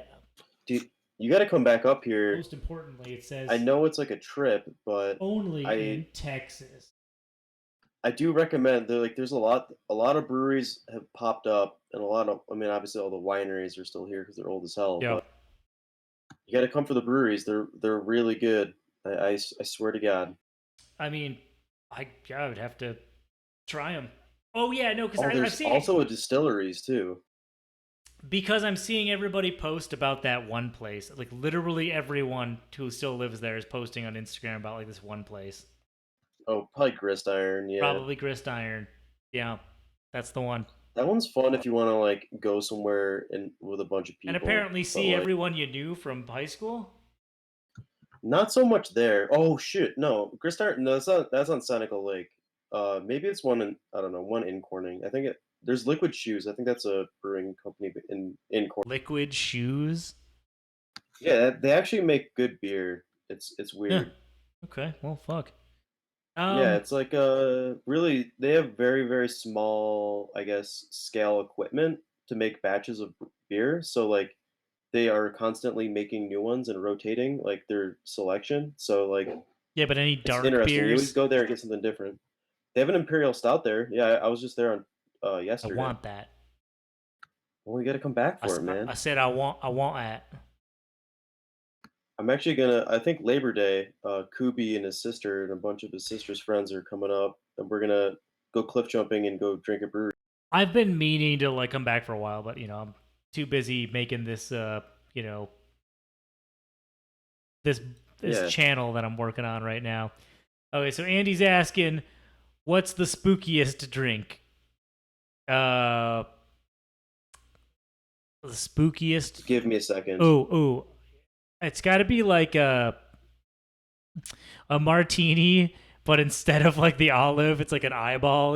Like the Oh my god, yeah, it's like I was gonna say anything with liquor because it's a spirit. That was my bad. That's my bad joke for the ah, night. Yeah, wow, that's funny. That is funny. thank I'm you. I telling. do my best. I'm telling. God damn it! Don't. Okay, so we've got yeah, geez, we've gone a while. We've gone. Let's see how long. I can't. How do I see? It doesn't tell me. Like I don't like. Where do I see how long I've been streaming for? Bone you. Let's see. Yo, dude, don't. Okay, we're not gonna get into the discussion of skeletons. Okay, because they don't exist. All right. They don't. I'm not gonna fucking have this right now. All right. This is my stream. We are not having that talk. Okay. It's like I have to sleep tonight. Okay. Let's see. Oh, it says here. Oh yeah, we've been going for 2.5 hours. Yeah, just about. I'd say yeah. Yeah, it says. Oh, and I actually see that it's like a timer here Oh, in okay. Well then, yes, we have been going for 2.5 hours. OBS. 2 hours 28 minutes. That's pretty good considering, like for a first time testing it and all that stuff, Yeah. right? Do we have anything else I mean, I think so. Do we have anything else we need to talk about? Let's talk about scary movies coming up because that's always fun. Oh, yes. Okay, hold up. Let me get let's see. God, I wish we could get Speedwagon in here because like he's actually seen Scary Stories to Tell in the Dark. Dude, I'm gonna watch it tomorrow. Are you tomorrow? Fuck. All right, that means I gotta see it tomorrow. Fuck. Well, I'm gonna watch it in the luxury of my room. So, Yeah. whoa, dude, there's a new shark movie coming out. Oh, good. Okay, what do we got? Also, the alligator movie's coming out. I think at some point. I think wait, alligator movie. What the fuck are you talking about? Oh, Oh, also, dude, Doctor Sleep's finally coming out. Yeah, yeah, yeah. I'm excited for that. that's actually. weird. Like that's really weird. Like It's a weird premise for a movie, but most Stephen King things are weird and yeah, but video like for- I mean it's weird to think that we're getting a sequel to The Shining. You know, it's just like Yeah. it's just I'm not saying that that's a bad thing. I'm just saying like wow, it's interesting to see how that's what timeline are we in right now? Jeez. I know. Let's see. I don't have. Dude, shark movie, 47 meters down, uncaged. Let's see. Oh, I remember 47. That movie was really bad. I was like hammered and I still couldn't get through it. It was that lame. Wow, Yeah. it doesn't sound good. It was like the trailer was the best part. The trailer was cut pretty well, where it's like you're like, "Oh, that looks cool." Then you go and see it and you're like, "What the fuck?" Like, ugh. Was it one of those things where they take all the good parts of the movie and put it in the trailer? Yes. There was a lot of good shots That's where I was like, "Oh, unfortunate. that's cool." And I'm like, "Oh, ugh. Let's see." Dude, Pet Cemetery, you watched that, right? I have not seen the remake. I've seen the original. Okay, never mind. Yeah, we were talking about that with one of my favorite scenes in the original Pet Cemetery was it's not even really a scene, but when he first like looks over and you see like the deadfall where all the trees are like falling down and you hear that like howl. Yeah, I'm like that still just bothers the shit out of me. Like that's just like that scene is just oof, I don't like that. Don't like that. Cuz it's like the whole time they say like well something's out there in the woods kind of thing, you know, like there's a spirit, something's lurking. And like Mario was describing to me, he's like, no, the remake, they just like they blatantly imply that it's a creature. And I'm like, no. yeah, not as good. Yeah, not as good. I think the scariest part was like the eyes of the cat. Haven't seen it. No, the old one. Oh yeah, because they constantly had like the eye shine going in a weird way. Yeah. Yeah. Even when there wasn't like any like direct light source. Yeah, Yep. that was cool. Oh, dude, speaking of scary stuff, I was over at a friend yesterday because like we went out and got some drinks, and because it was Taco Tuesday, of course. Oh, of course. And Of course. we talked about movies that freaked us out when we were little. The one that I kept bringing up was fucking Salem's Lot because my dad let me watch that when I was Yeah. like fucking 10. Yep. Oh yeah. And then he brought up what is it? Close Encounters of is it Close Encounters? No, Fire in the Sky. Yep. Fire in the Sky, Yep. dude. Oh yeah. That was Fire in the Sky is terrifying. Fire in the Sky. And that's one of those movies where I tell people, I'm like, you want to see why people like UFOs have like a scary connotation? Watch that movie. Like that's one of those ones. Like, Dude. yeah. That movie's fucked up. Yep. And also Salem's Lot scared the shit out of me. Yeah. Oh yeah. No, for sure. That was like one of the best. That was one of the better vampire movies. Let's see. Yeah, I used to sleep with my curtains shut in my room, and I was on the second floor of my house. Yeah. Yeah. Just because that kid, the kid, like he'd hover in the window in that movie. Like, he was in Oh, he's like looking in at that messed me up. Was it okay? It's like because it's been so long since I've seen it. Was that the one where the vampires tried to attack the dude in daylight, so they had to like wrap themselves up in like a bunch of clothing? I don't remember that part. I'm gonna look that up now. Which one? Okay, because the only thing I remember about Salem's Lot in particular is like the main vampire, like Marlowe or Barlow or whatever his last name was. Yeah, I know what you're talking about. It's like, but I'm wondering, was Salem's Lot the one where like the vampires tries to take out the dude in like in daylight or whatever? So it's like, well, the one of them is like wrapped up head to toe or something. I might be thinking of another movie, like I don't know if it was that. because we the things I remember from Salem's Lot are just basically the main vampire. yeah right. It's like because we all know the best vampire movie is Lost Boys. Oh, 100%. Yeah, fucking God, that movie's so fucking awesome. You want to talk about like the '80s shit? It's like, yeah, that movie's just like painfully '80s. It's like, It's so good. yeah, I know. It's just like, oh my god, like fucking. That's like, My favorite line is like when they kill that one in the bathtub full of holy water, and he's like, "I killed the one that looks like was it Neil Peart? Is Neil yeah. Peart from Twisted Sister?" No, that's D. Snyder. Oh yeah, D. Snyder. He's Yeah, like, I killed the guy that looks yeah. like he's from Twisted Sister. Yeah. Mm. That was hilarious. So that was just a fun movie. It was good, had good effects, and it was '80s as fuck. You know, that's why I ask like Speedwagon all the time. I say like, "Do you still believe?" And he's like, yeah. And I'm like, "Yeah, but do you still believe?" He's like, "Yeah." Yeah, I'm like, yeah, but are you gonna like take off your shirt and play a saxophone like in front of like and like at a beach party? He's like, yeah. And I'm like, all right, good. Oh, also, the second part of It's coming out this year. Oh yeah, that too. That's a thing. I wonder how that's gonna end because Well, we all know how it ends. It's just, I mean, it was terrible when we first saw it. I mean, like, let's be real. Like, that's what I was telling. Amy. I said you- as much as I would love to like tell people to watch the original It, like just watch compilations of Tim Curry in that movie because the rest of it is just god awful. Like it's pretty bad. I'm sorry, it's like the effects, like the made for TV feel of it. All of Stephen King's movies usually blow like that. But like, Tim Yeah. Curry obviously was amazing as Pennywise. He did a really good job, and he sold the character really well. And it's like, but the movie's just so bad. And then when you get to the second half and you actually see like it, you're like, oh god. It's like this paper mache like spider being like, meh. Meh.